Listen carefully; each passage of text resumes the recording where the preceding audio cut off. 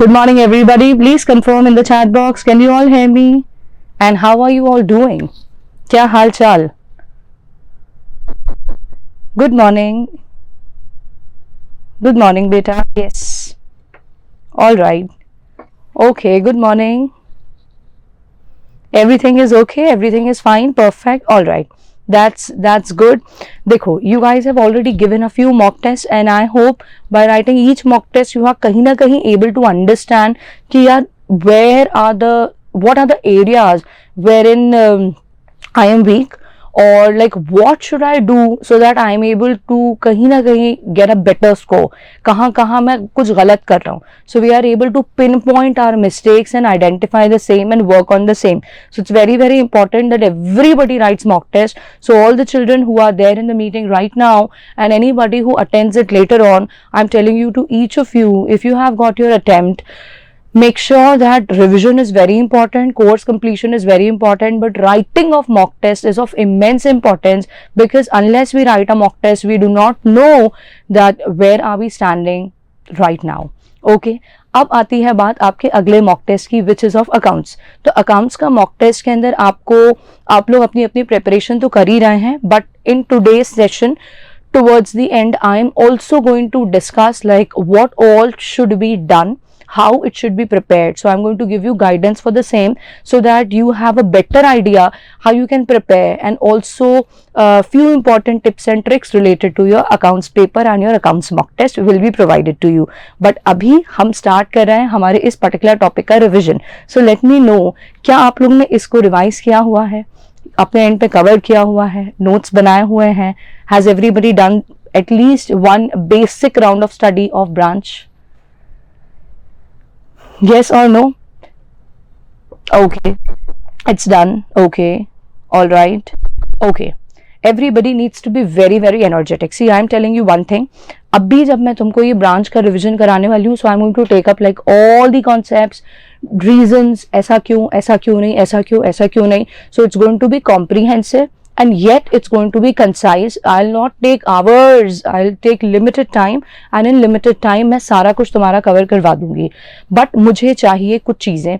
Number एक, I want you to be super energetic throughout the session, because more and more energy I see in the form of chat box here, कि तुम्हारे पास से मेरे को regular reply response आ रहा हो, yes ma'am, clear, done, doubt है तो फटाक से अपन ने पूछ लिया. तो वो जो रिस्पॉन्स है वो कहीं ना कहीं it induces energy in me, and more energy you are going to pass on to me, more I'll be able to provide it to you.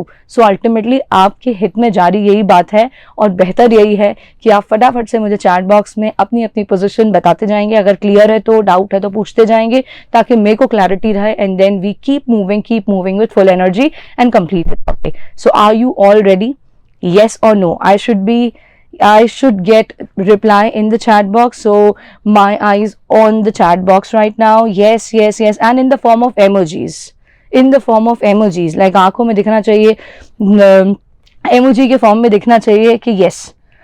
पहले ना पढ़ा हो तो can I attend? The answer is, अगर पहले नहीं पढ़ा तो you may attend, but of course you can not expect 100% clarity in this short duration, but you will at least have an idea how the things work. So जहां खड़े हो उससे तो बेहतरी पोजीशन होगी. ऐसा नहीं कि कुछ समझ ना आए, उससे बेहतरी पोजीशन होगी कहीं ना कहीं. Okay, so you are all set. Amazing.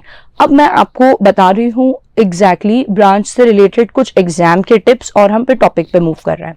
देखो, ब्रांच का ऐसा है कि मैं अगर आपको क्वेश्चन पेपर वाइज कहती हूँ, तो अभी तक जो ब्रांच को देखा जा रहा है इन न्यू सिलेबस का question paper of advance accounting, इसमें ब्रांच को ये लोग डिस्क्रिप्टिव सेक्शन में पूछते हैं. अब आपके पास जब डिस्क्रिप्टिव पोर्शन आता है तो उसके अंदर you have first question which is a compulsory question, and then you have got the next questions which are optional, like you can choose, like you can skip one of the question. तो branch को अभी तक जब भी exam में देखा जा रहा है, it is coming in descriptive portion, पहली बात तो, and also it is coming as an optional question, which means it's not compulsory to attend branch का question. So does it mean that ma'am हम रिस्क ले ले? देखो मैं तुम्हें ये बात इसलिए बता रही हूँ कि कई बच्चे एकदम बहुत पैनिक कर रहे होते हैं, बहुत ही चिंतित होते हैं कि यार this is a topic which is creating so much of terror and pressure, so like ज्यादा मार्क्स का आएगा, कम का आएगा क्या? तो मैंने तुम्हें एक तो पोजीशन बता दी कि जो आ रहा है वो डिस्क्रिप्टिव के ऑप्शनल में आ रहा है। सो अगर टॉपिक थोड़ा कमजोर होता है या किसी का प्रिपेयर ही नहीं होता तो क्या थोड़ा रिस्क लिया जा सकता है? The answer is yes. But एक और बात है, यू नेवर नो कि किसी दिन वो उठा के उसको केस स्टडी बेस्ड एमसीक्यू में पूछ ले। Now they will give you a question पूरा डेटा डाल के and then they will have 5 questions on it. एक क्वेश्चन पूछेंगे, दूसरे में कुछ, तीसरे में कुछ, चौथे में कुछ, पांचवे में पूछ। तो ऐसा पूछ सकते हैं क्या? हाँ, हुआ नहीं है अभी तक। इवन आरटीपीज में भी ऐसा नहीं देखा गया है, एमटीपीज में भी ऐसा नहीं देखा गया है। बट भविष्यवाणी कहती है कि if they want to ask it compulsorily they can ask it in this manner. तो बेहतर क्या है? Number 1, do not take too much of load of this chapter. Number 2, this session is going to help you cover all the concept part, and also I am going to cover the tricky questions which create tension and panic. Easy वाले भी, normal वाले भी, tricky वाले भी, exam से related जो भी essential है वो सारा कुछ कराने वाली हूँ, और कॉन्सेप्ट भी। तो आपने इन सेशंस को, आप ये माने 1 से 2 पार्ट्स में जो हम करेंगे कंडक्ट, इनको आपने अगर अच्छे से अटेंड कर लिया तो भले ही 100% नहीं, बट स्टेप मार्किंग के लिए कम से कम आप इतने तो रेडी हो जाएंगे कि you are able to make like 80-90%, तो कम से कम ही सही कर लो। तो इतना तो मैं बोल रही हूँ, मैं इतना तुम्हारा करा दूंगी। बस अब चिंता मुक्त हो जाना है और बैठ जाना है अपने नोट्स के साथ, और यहाँ पे मैं अपनी स्लाइड जैसे जैसे चेंज करती जाऊं, बस अलर्ट रहना और विजिलेंट रहना। ओके, किसी को कोई भी बात मुझसे पूछनी हो, अगर किसी को कोई बात ऐसी लगे कि मैम ऐसा हमारे प्रॉब्लम है या कुछ कोई बताना हो तो बता सकते हो। कर लिया except foreign part. Okay, foreign तो AS11 से कवर हो ही जाएगा ना बेटा, तो वो तो AS11 से हो ही जाएगा कवर, तो उसका कुछ अलग से कुछ है नहीं। खैर, okay, no nothing, okay okay perfect, ठीक है, ऑल राइट, ठीक। चलो, तो मुझे लगता है लेट्स स्टार्ट इट। अब marks wise 5 marks to 14 marks की रेंज में आ सकता है। 14 मार्क्स का एक फुल फ्लेजेड क्वेश्चन दे सकते हैं, 5 नंबर में एक छोटा क्वेश्चन दे सकते हैं, और 10 मार्क्स में वो केस स्टडी बेस्ड जो मैंने एमसीक्यू बताया वो दे सकते हैं। स्टार्ट कर रहे हैं हम सबसे पहले कुछ बेसिक मीनिंग से। सो जब हम बात कर रहे हैं ब्रांचेस की, तो भाई ब्रांच एग्जैक्टली है क्या? ब्रांच है बिजनेस का एक एक्सटेंशन। जैसे किसी का भी हम बात करें, सपोजिंग कोई एक दुकान है, उसने अपना एक आउटलेट खोला, उसे लगा मेरी दुकान बहुत अच्छी चल रही है, तो अपने बिजनेस को बढ़ाने के लिए वो अपने एक ब्रांच खोल देगी, फिर और बिजनेस को बढ़ाने के लिए एक अपना अगला ब्रांच खोल देगी। तो branch is nothing, it is just an extension of business. Business को एक्सपैंड करने का तरीका है। आगे आ रहा है, सारे ही ब्रांचेस को कौन कंट्रोल करके चलता है? Head office. This is very essential, क्योंकि हर ब्रांच के अगर अपने अपने अलग अलग रूल्स होने लगे तो मामला ही मैनेज नहीं हो पाएगा। तो कहीं ना कहीं जो हेड ऑफिस होता है, इट इज दैट पॉइंट जहां से सारे रूल्स बनते हैं और जहां से सारी ब्रांचेस को कंट्रोल किया जाता है। अब हमारे पास यहाँ पे 2 टाइप की ब्रांचेस निकल के आती हैं। What are the 2 types of branches that we have? The first one is called a dependent branch and the second one is called what? Your independent branch. जब हम बात कर रहे हैं बेटे डिपेंडेंट ब्रांच की, तो dependent in what form ma'am? Of course, head office is the main place and branches are dependent. But ma'am यहाँ dependent से क्या मीनिंग निकल के आ रहा है? इसका मतलब सबसे पहली बात, जो ब्रांचेस हैं वो कहीं ना कहीं छोटी ब्रांचेस हैं, so they are small branches, ये बात ध्यान में रखना। दूसरी बात, these do not maintain their own accounts, तो इनको अपनी खुद की अकाउंटिंग करने की अनुमति नहीं होती। They don't have the permission कि अपनी अकाउंटिंग खुद करे। इनकी अकाउंटिंग कौन करके चलता है? कहीं ना कहीं हेड ऑफिस अपने पास चीजों को लिख के रख के चलता है। बट हेड ऑफिस को कैसे पता पड़ेगा कि डेली क्या ट्रांजैक्शन हो रहा है, कहां से पैसा आया, कहां गया, कितनी सेल हुई? ये इंफॉर्मेशन कैसे हेड ऑफिस को मिलेगी? ऐसे पर्टिकुलर काम को हैंडल करने के लिए ब्रांचेस क्या करती हैं? These prepare details which are given to head office for accounting purpose. तो ये अपने पास रफ रजिस्टर्स में कहीं पे नोट करके सारे जो भी ट्रांजैक्शन हो रहा है वो लिख के रखते हैं, और इस इंफॉर्मेशन को time to time head office के साथ शेयर किया जाता है, ताकि हेड ऑफिस उन इंफॉर्मेशन या उन डिटेल्स को यूज करके क्या कर सके? अपनी अकाउंटिंग कर सके। यहां तक बात आई होप क्लियर है। सो डिपेंडेंट ब्रांच इज अ छोटी branch which will not do its own accounting. It will be done by head office, but head office needs to have information. वो information कहाँ से मिलेगी? तो the details are prepared by the branch itself and they are given to the head office. तो वह head office को detail दे दी जाती है जिसके बिना पे वो उनकी प्रॉपर अकाउंटिंग कर सके, ठीक है, ताकि वो उनका प्रॉफिट लॉस ये सब कुछ का कैलकुलेशन कर पाए. अब आती है बात दूसरी, which is your independent branch. अब ये इसका ऑपोजिट हो गया. ये है बड़ी branches, these are big branches, these maintain their own accounts. ये अपनी अकाउंटिंग खुद करके चलते हैं. So they do their accounting themself. These can be domestic और दीज कैन बी फॉरेन. तो उनके खुद के देश के अंदर भी बहुत सारी इंडिपेंडेंट ब्रांचेस हो सकती हैं जो अपनी अकाउंटिंग खुद कर रही हैं, और ये एक फॉरेन ब्रांच भी हो सकती है जो देश के बाहर कहीं ना कहीं सेटल्ड है. बहुत सारे हम एग्जाम्पल्स ले सकते हैं फॉर ब्रांचेस. जैसे LIC की बात करें, so they have got so many branches. हम बैंक्स की बात करें, they have got so many branches. कई छोटी होती हैं, कई बड़ी होती है. हम DMart की बात करें, हम जूडियो की बात करें, रिलायंस फ्रेश की बात करें, Bata, Malabar Gold, all of them, इन सब की मल्टीपल ब्रांचेस हैं. तो जो छोटी ब्रांच है जो खुद अकाउंटिंग कर सकती है, इट्स अ डिपेंडेंट ब्रांच. और जो बड़ी ब्रांच है जो अपनी अकाउंटिंग खुद कर सकती है, ये खुद नहीं कर सकते, ये खुद कर सकते हैं. This is called an independent branch. So we are beginning with the discussion of which one? We are beginning with discussion of dependent branch in the first place. Okay. अब dependent branch जो है, मतलब वापस से सोच लो, it is a छोटी branch, right? So it is a छोटी branch जो अपनी अकाउंटिंग खुद नहीं करती, उसका अकाउंटिंग हेड ऑफिस करके चलता है. यहाँ पे उनके प्रॉफिट लॉस को निकालने के लिए 3 मेथड्स आते हैं. How many methods are there? There are 3 methods. What is the first method? It is your debtors method. What is the first method? It is debtors method. What is the second method? It is stock and debtor method. And what is the third method? Final accounts method. 3 methods आपके पास आ रहे हैं. What is the first one? Debtors method. What is the second one? Stock and debtor method. What is the third one? Final accounts method. अब इन 3 methods में से जो ये first 2 methods हैं, they hold a lot of importance for your examination. Final accounts method generally not asked in the exam because the chapter is huge and there are so many topics. So these are the 2 topics जिनमें से अधिकतर question पूछा जाता है. I think ये बात clear है. I think that's fine. Concentrate on the topic, right? So कितने methods मैंने अभी आपको बोल दिए, there are 3 methods. अब बात निकल के आ रही है कि मैम 3 methods से हम निकाल क्या रहे हैं. तो हमारा जो मेन इंटेंशन है या जो मेन पर्पस है निकालना, वो ये है कि ब्रांच का प्रॉफिट कितना हो रहा है. तो इस मेथड से भी हम निकाल सकते हैं ब्रांच का प्रॉफिट कितना हो रहा है, इस मेथड से भी निकाल सकते हैं ब्रांच का प्रॉफिट कितना हो रहा है, और इस मेथड से भी हम निकाल सकते हैं ब्रांच का प्रॉफिट कितना हो रहा है. अब आती है बात आगे, क्या तीनों मेथड से मैम आंसर सेम आता है या अलग आता है? सो तीनों मेथड्स से आंसर सेम आने वाला है. So you have got same answer from all 3 of them. So these methods are for calculating profit of the branch. Answer from all the methods remains same. ठीक है?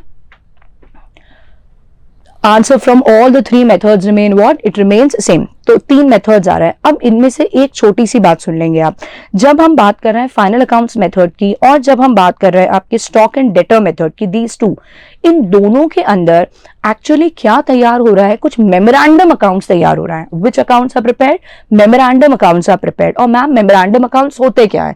तो मेमोरेंडम अकाउंट का मतलब they are not part of the real books. Real books का पार्ट नहीं होते. ये कहीं ना कहीं एक आप जुगाड़ू काम करके चल रहे होते हो, रफ वर्किंग करके चल रहे होते हो, जिससे कि आप अपना कैलकुलेशन कर पाओ. वेराज अगर हम बात करते हैं पहले वाले की, डेटर्स मेथड, तो जो ये ओरिजिनल बुक्स होती हैं, जो रियल बुक्स होती हैं, ये उसमें होके चल रहा होता है. तो मैं तुमसे अगर कहूं, जैसे मैं तुमसे कहूं कि यार घर में तुम्हारे यहाँ कितना खर्चा हो रहा है, कितनी कमाई हो रही है, कितना पैसा बचा है, तो तुम रफ में कुछ कैलकुलेशन लिखोगे, इतना आया, इतना गया और इतना बचा. ये कोई तुमने बुक्स तो मेंटेन नहीं करी, बट कैलकुलेशन तो कर लिया. तो इसको बोल रहे हैं हम एक टेम्पररी काम करके चलना, मेमोरेंडम. ऐसे ही ये जो दोनों मेथड्स हैं, स्टॉक एंड डेटा और फाइनल अकाउंट्स, ये मेमोरेंडम है. मतलब इसमें एक आप जुगाड़ू काम करके चल रहे हो, एग्जैक्ट कैलकुलेशन आप अपनी बुक्स में नहीं कर रहे हो, रफ में कर रहे हो. वेयरएज जब हम डेटर्स मेथड की बात करें, तो जैसे उनके दूसरे अलग अलग अकाउंट्स बनते हैं, ऐसे ही वो अपने ब्रांच को एक डेटर की तरह ट्रीट करते हैं. वो मैं आगे तुम्हें सिखाती हूँ in the original books. So it is part of the main books. ये बात सबको याद रखनी है. तो मुझे फटाक से चैट बॉक्स में बताओ कितने मेथड्स हमारे पास आ रहा है. How many methods are there in the chat box everybody? Perfect. कितने मेथड्स हो गए हमारे पास? 3 मेथड्स हो रहे हैं. And out of the 3 methods कितने मेमोरेंडम बेस्ड मेथड्स हैं? 2 मेथड्स. यस, बिल्कुल सही. 2 मेथड्स मेमोरेंडम बेस्ड हैं और एक रियल बुक्स में होके चल रहा है. यहां तक बात दिमाग में clear? Everybody okay? Perfect perfect perfect. ठीक है, ओके, ठीक है, डन। अब हम जाते हैं आगे की बात पे। तो मैं आपको एग्जाम्पल्स की हेल्प से बताने वाली हूं इन सारे मेथड्स को। जस्ट मेरे को 2 मिनट का टाइम देना। Okay, so we are talking about the 3 methods. इसमें हमारे पास आ रहा है डेटर मेथड, इसमें आ रहा है स्टॉक एंड डेटर और फाइनल अकाउंट्स। अब मैं तुमको ना with the help of example समझाने वाली हूँ। Just stay involve in engrossed and you will get it all completely. यहाँ पे मैंने एक एग्जाम्पल क्यूरेट किया हुआ है, पढ़ेंगे आप मेरे साथ। हेड ऑफिस ने कुछ गुड्स ब्रांच को भेजे, ऐसे कुछ मल्टीपल पॉइंट्स आ रहे हैं ट्रांजैक्शन, गौर से सुनते जाना। तो जो हेड ऑफिस है, हेड ऑफिस उसने ब्रांच को क्या करा, कुछ गुड्स भेजे 12 लाख के। उसके बाद हेड ऑफिस ने कैश भेजा, किसको, ब्रांच को, कितने का, 2 लाख का भेज दिया, ठीक है। फिर ब्रांच ने सामान कुछ कैश में बेच दिया, ठीक है। फिर ब्रांच ने कुछ सामान क्रेडिट में बेच दिया, ठीक है। फिर डेटर्स से कलेक्ट करा पैसा, कितना, 3.5 लाख। फिर ब्रांच ने कुछ खर्चे पे करे 1,80,000। फिर बैड डेट हो गए ब्रांच के 20,000। फिर डिस्काउंट अलाउ किया डेटर को 15,000 का। क्लोजिंग स्टॉक ब्रांच में 3 लाख का फिजिकली रखा हुआ है। जर्नलाइज करना है हेड ऑफिस और ब्रांच के लिए। एग्जाम में ऐसा आए नहीं आए, बट आपकी अंडरस्टैंडिंग के लिए मैं कुछ सिखाने जा रही हूँ, तो ध्यान दीजिएगा।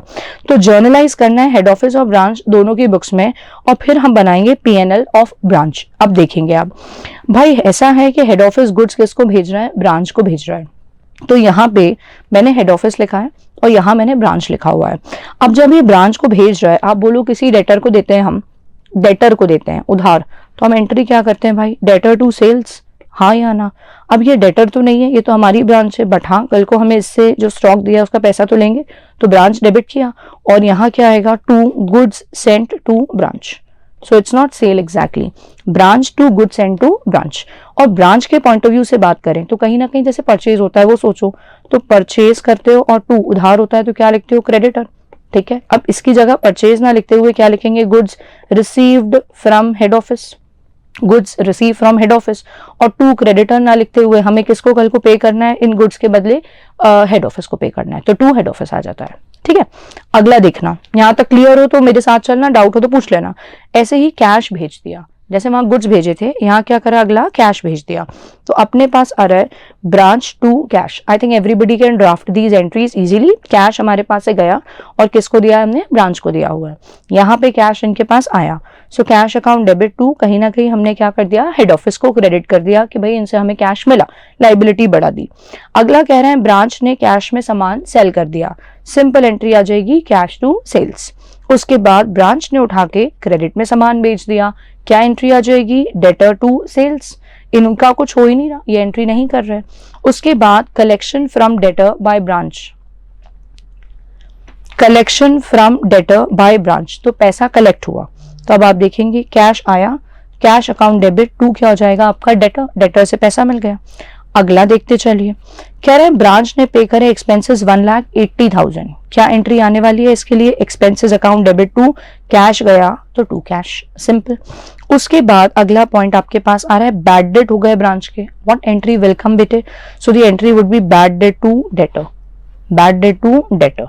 उसके बाद आ रहा है आपका discount allowed to debtor, normal simple, क्या एंट्री आ जाएगी, discount allowed account debit to debtor account. ये हो गया, ये सब कौन करता जा रहा है, अभी हम ब्रांच की बुक्स में करके देख रहे हैं। ये होने के बाद फिर आ गया आपका क्लोजिंग स्टॉक। अभी मैं क्लोजिंग स्टॉक को कवर नहीं कर रही, उसको होल्ड पे रखिए। अब हमने जर्नल एंट्री किस किस की बुक्स में पास कर ली, हेड ऑफिस, इन्होंने एक तो गुड्स दिए और कैश दिया, खत्म। और ब्रांच, इनको गुड्स मिले, कैश मिला, और जो भी इनके ट्रांजैक्शन रहे वो हमने सारे रिकॉर्ड कर लिए। अब मेरा आपसे कहना है, अगर ये ब्रांच खुद अपने फाइनल अकाउंट्स बनाती, सपोजिंग वो अपने फाइनल अकाउंट्स खुद बनाती, कैसे बनते, लेट्स डिस्कस दैट। तो यहाँ पे मैंने बनाया हुआ है इनका ट्रेडिंग पीएनएल, किसका, ब्रांच का। ध्यान से देखेंगे, सबसे पहली बात, गुड्स जो हेड ऑफिस से मिले 12 लाख, आप इसको ऐसे सोचिए जैसे कि परचेजेज होती है। तो आप बाहर वाले से सामान खरीदते हो तो ट्रेडिंग के डेबिट में लिखते हो, इसी तरीके से अगर आपको हेड ऑफिस से सामान मिला है तो आप इसको भी कहाँ लिखने वाले हो, ट्रेडिंग के डेबिट में। तो यहाँ लिख दिया भाई कि हमारा जो सामान है वो इतनी कॉस्ट का है, 12 लाख वैल्यू का। अगला देखिए आप आगे, कैश मिला है हेड ऑफिस से, तो ये तो बेटे ना कोई खर्चा है ना कोई कमाई है, ना कोई खर्चा है ना कोई कमाई है, तो इसको तो आना ही नहीं है ट्रेडिंग पीएनएल में, तो छोड़ो। नेक्स्ट आ गया कैश टू सेल्स, तो कैश का एलिमेंट नहीं, सेल्स का एलिमेंट देखो, ये कहीं ना कहीं आपकी सेल्स है तो ट्रेडिंग के क्रेडिट में आना है, डेटर का एलिमेंट नहीं, सेल्स का एलिमेंट देखो, ये आपकी सेल्स है तो ये कहाँ आना है, ट्रेडिंग के क्रेडिट में। तो ये 80 और ये 10 लाख कितनी हो गई सेल्स, 10,80,000। फिर देखेंगे आप आगे कैश टू डेटर, वापस इसमें कैश बढ़ रहा है, डेटर कम हो रहा है, ये कहीं से कहीं तक ट्रेडिंग पीएनएल पे कोई इंपैक्ट नहीं डालता। फिर एक्सपेंसेस टू कैश, जब आप एक्सपेंस डेबिट देख रहे हैं तो you should be in a position to understand कि ये खर्चा दिख रहा है, तो ये कहां जा रहा है, डेबिट में चला गया 180। उसके बाद आपके पास आ रहा है बैड डेट टू डेटर, सो भाई बैड डेट एक एक्सपेंस हो गया, वापस ये पीएनएल के डेबिट में आ गया 20,000। फिर देखेंगे आप next discount allowed to debtor 15,000 आ गया, इसको डाल दिया है यहाँ पे हमने डेबिट में। क्वेश्चन में हमें क्लोजिंग स्टॉक दिया हुआ था तो क्लोजिंग स्टॉक है 3 लाख, तो ये क्लोजिंग स्टॉक 3 लाख हमने यहाँ क्रेडिट में लिख दिया। अब आप देखिए ये 3 बातें यूज करके ग्रॉस प्रॉफिट निकाला, ग्रॉस प्रॉफिट ये यहाँ आ गया, फिर ये आपके खर्चे हो गए और ये आपके पास नेट लॉस आ गया। क्या यहाँ तक बात क्लियर है, हाँ या ना, बोल दो फटाक से यस और नो। इतनी बात कैसे क्या किया, जर्नल एंट्री से लेके ट्रेडिंग पीएनएल तक इतनी बात क्लियर है, परफेक्ट है मैम। अब बात इतनी सी है कि यार यहाँ चल क्या रहा है, चल रहा है टॉपिक, अब मैं तुम्हें इंट्रोड्यूस कर रही हूँ टॉपिक चल रहा है डिपेंडेंट ब्रांच। और जब हमने डिपेंडेंट ब्रांच की बात करी तो हमने डिस्कस करा कि ब्रांच अपनी अकाउंटिंग खुद नहीं करेगी, इसीलिए मैंने उठा के इस पे कैंसिल कर दिया। ब्रांच अपनी अकाउंटिंग खुद नहीं करेगी, फिर कौन करने वाला है इसकी अकाउंटिंग, मैम इसकी अकाउंटिंग करने वाला है हेड ऑफिस। कौन करने वाला है, हेड ऑफिस। तो under this method, what is the name of the method, final accounts method, what will happen, the accounting will be done by head office. वापस the accounting will be done by head office, and while doing this accounting what they will prepare is trading P&L account of branch. What will they prepare? Trading P&L account of branch, and this is a memorandum account. What is it? It is a memorandum account. That means it is not part of the main books. What they will do is branch से उनको ये सारी जानकारी मिल जाएगी, तो rough में वो अपने पास ये एंट्रीज कर लेंगे और समझ लेंगे कि ब्रांच अगर ये एंट्री खुद करती तो क्या एंट्री जाती, और उसके बेसिस पे वो अपना ट्रेडिंग पीएनएल बना लेंगे कि अगर ब्रांच अपना ट्रेडिंग पीएनएल खुद बनाता तो क्या बनता। तो ब्रांच के खर्चे टक टक डाल दिए, ब्रांच की कमाई जो भी है डाल दी, और वापस एंड में कैलकुलेशन कर लिया प्रॉफिट लॉस कितना निकल रहा है, तो ब्रांच का प्रॉफिट लॉस निकल जाएगा। So who is making it, everybody, it's made by head office, but it is made from whose point of view, it's made from the point of view of branch. Whose point of view? It's made from the point of view of branch. पढ़िए यहाँ, entries will not be passed. कोई बैठ के entry branch नहीं pass कर रही by branch as it is dependent. आगे head office will prepare final accounts of branch after considering the expenses and incomes from the point of view of branch and will calculate profit or loss. तो बस this is your final accounts method, nothing simply आप ये मानिए branch जो है वो अपना final accounts खुद बनाती, उसकी जगह हेड ऑफिस उसका फाइनल अकाउंट्स बना रही है। बट ये जो बनाया जा रहा है इसमें दिमाग में ये बात रखनी है कि ब्रांच के पॉइंट ऑफ व्यू से बन रहा है, तो ब्रांच अपना खर्चा लिखती डेबिट में और क्रेडिट में कमाई लिखती, तो डेबिट में आता हमें गुड्स इतने रुपए के प्राप्त हुए, अगर खुद परचेज करी होती तो हमने परचेज इतने की करी, हमारे एक्सपेंस इतने के हुए, हमारे यहाँ सैलरी इतने की गई, हमारे यहाँ डेबिट इतने का खर्चा डेबिट में, हमने सेल्स इतने की करी, हमारा क्लोजिंग स्टॉक इतने का बचा। तो किसको सोचना है आपको से, ब्रांच के खर्चे ब्रांच की कमाई, ब्रांच का खर्चा ब्रांच की कमाई, बस बनाने वाला हाथ बदल गया। क्या ये बात सभी बच्चों को क्लियर है? Everybody let me know that fast. अपन को क्योंकि ये सील पैक करते जाना है एक एक करके टॉपिक। ओके पढ़िएगा जरा, यहाँ कह रहे हैं preparation of final accounts by, कौन कर रहा है, head office, for branch are part of कौन सी बुक्स, मेमोरेंडम बुक्स रफ में टेम्पररी कर रहे हैं। और ट्रिक क्या बोला मैंने, consider only expense and incomes of branch, only expense income किसके, ब्रांच के, anything that comes in trading and PNL account you need to take it. अब फॉर एग्जांपल मैं कहूं तुम में से 8-10 बच्चे जो हैं उनको मैंने अपनी ब्रांच ओपन करा दी और तुम संभाल रहे हो, और मैं हेड ऑफिस हूँ और काम चल रहा है डिपेंडेंट ब्रांच का, और इसके बाद क्या चल रहा है, final accounts method. What will I do, पहले को मैं बुलाऊंगी, मैं बोलूंगी बताओ तुम्हारे खर्चे क्या क्या हुए, बताता गया, मैं लिखती गई। उसने कहा, मैंने कहा बताओ तुम्हारी सेल वेल कितने की हुई, बताता गया, क्लोजिंग स्टॉक कितने का बचा, बताता गया। अब मैंने ये बात लिख ली अपने पास, अब मैंने टक से ट्रेडिंग पीएनएल का फॉर्मेट बनाया, सारे खर्चे टक टक टक डाले, कमाई डाली, क्लोजिंग स्टॉक डाला, प्रॉफिट लॉस निकाला, खत्म। अगले को बुलाया, मैंने कहा चलो तुम बताओ अपना। तो उसने बताया मेरा खर्चा इतना इतना इतना, मेरी कमाई इतनी, मेरी क्लोजिंग स्टॉक इतना। मैंने कहा ठीक डन।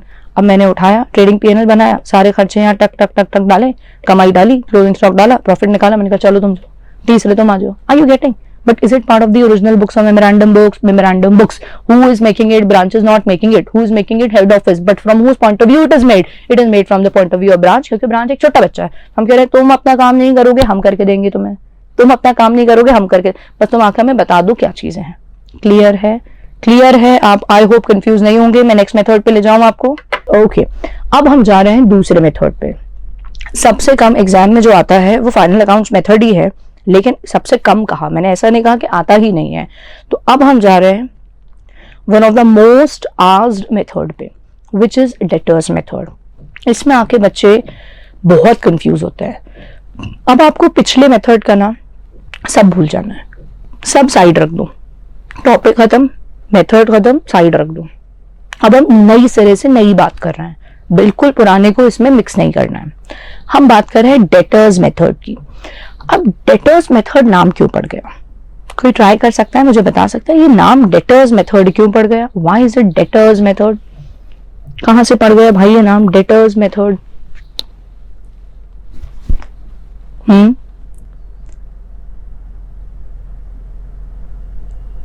डेटर्स मेथड नाम तो बढ़िया है मैम, पर ये नाम पड़ कैसे गया? ओके ओके, देखिए बेटू ऐसा है, एक छोटी सी तुम्हें बात बताती हूँ, पक्का क्लिक कर जाएगा। Head office is treating branch as a debtor, but the question is why? The question is why? See look here on the screen, ये जो हम ट्रीट तो कर रहे हैं, आप लोग कह रहे हैं हम उनको ऐसा ट्रीट कर रहे हैं, बट हम ऐसा ट्रीट कर क्यों रहे हैं? That is what I wanted to ask. Head office जो है और ये है ब्रांच। हेड ऑफिस ने बेटा पता है ना इसको क्या किया, इसके अंदर कैश लगाया, इसको स्टॉक दिया, हो सकता है अपनी जगह दी हो सकता है इसमें अपना फर्नीचर दिया हो।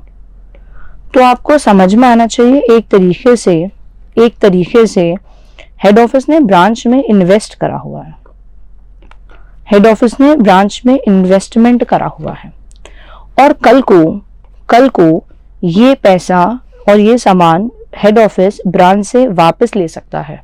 सो ये चीज रिसीवेबल है, रिसीवेबल और रिटर्नेबल, भविष्य में you can take it back.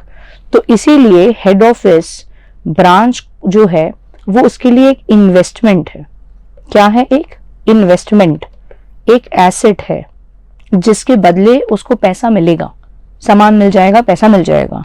तो इसको एज अ डेटर ट्रीट कर रहा है, ऐसा मान रहा है as if it's a person, क्योंकि इट्स अ बिजनेस ना, तो आर्टिफिशियल पर्सन। तो इनसे कल को हमें इतना लेना है, तो ये दे दिया, ये दे दिया, ये दे दिया, ये दे दिया, इतना हमें कल को इनसे लेना है। तो इसीलिए ये डेटर है। कौन डेटर है? ब्रांच एक डेटर है। ये एक हेड ऑफिस के लिए इन्वेस्टमेंट है, ये एक हेड ऑफिस के लिए एसेट है, जिससे कहीं ना कहीं जो चीजें दी हुई हैं उसको कल को वापस लेने का हम पावर रखते हैं। क्या मेरी ये बात आपको क्लियर है? इतनी बेसिक बात। ओके, तो जब आप ये अकाउंट अब बना रहे हैं, डेटर्स मेथड में हम वर्क कर रहे हैं, तो हम किसका अकाउंट बना रहे हैं? सो हम बना रहे हैं ब्रांच का अकाउंट। किसका बना रहे हैं अकाउंट? ब्रांच का। ब्रांच का अकाउंट आप जब बना रहे हो तो आपको बार बार सोचना है कि ये हमारे लिए, हेड ऑफिस के लिए एक डेटर है, मतलब हमारे लिए ये एक एसेट है, मतलब कल को हमें पैसा इससे लेना है। अब आप देखिए क्या किया जा रहा है। यहाँ पे हम डेबिट में लिखेंगे टू ओपनिंग बैलेंस, और यहाँ पे ब्रांच के पास, दिमाग लगाना, ब्रांच के पास जो भी एसेट्स मौजूद होंगे ईयर स्टार्टिंग में, जो भी एसेट्स मौजूद होंगे ईयर स्टार्टिंग में, अल्टीमेटली उसकी ओनरशिप हेड ऑफिस के ही पास होगी। वो लेने का दम रखता होगा कि ये तुम्हारे जितने एसेट्स हैं ना, ये मेरे। और ऐसे ही ईयर स्टार्टिंग में ब्रांच की जितनी लाइबिलिटीज होंगी वो सब भी किसकी होंगी? वो सारी भी हेड ऑफिस की होंगी, कि कल को देना पड़ा तो we will have to give. तो यहाँ पे आप ओपनिंग में देखेंगे, डेटर हो चाहे ब्रांच का, चाहे स्टॉक हो ब्रांच के पास ईयर स्टार्टिंग में, चाहे कैश हो ब्रांच के पास, चाहे फिक्स्ड एसेट्स हो, चाहे कोई प्रीपेड एक्सपेंसेस हो, सारे ही इन सब एसेट्स का जब टोटल लगता है तो ये कहीं ना कहीं क्या इंडिकेट कर रहा है कि कल को हमें ब्रांच से इतना लेना है. So it's the opening balance of your asset. Opening balance of your asset. देखो एक काम किया जा सकता था, गौर से सुनना, सारे एसेट्स का जो टोटल है वो लिख देते कि 1 lakh. But बाइफिकेशन is always better कि यार कैश इतना पड़ा है ब्रांच के पास, स्टॉक इतना पड़ा है ब्रांच के पास, प्रीपेड एक्सपेंस इतने हैं, फिक्स एसेट इतने हैं, इन सबको मिला के टोटल ब्रांच के पास इतना पड़ा हुआ है जो हमें कल को लेना है, हमारे एक इन्वेस्टमेंट है तो एसेट है, तो ये डेबिट में आ गया टोटल. अब ब्रांच की अगर कोई लाइबिलिटीज हैं तो वो भी लिखेंगे. तो यहाँ ओपनिंग में आ गई बाय ओपनिंग बैलेंस, क्रेडिटर है, आउटस्टैंडिंग एक्सपेंस है, कुछ भी पेबल है वो यहाँ आपका आ गया.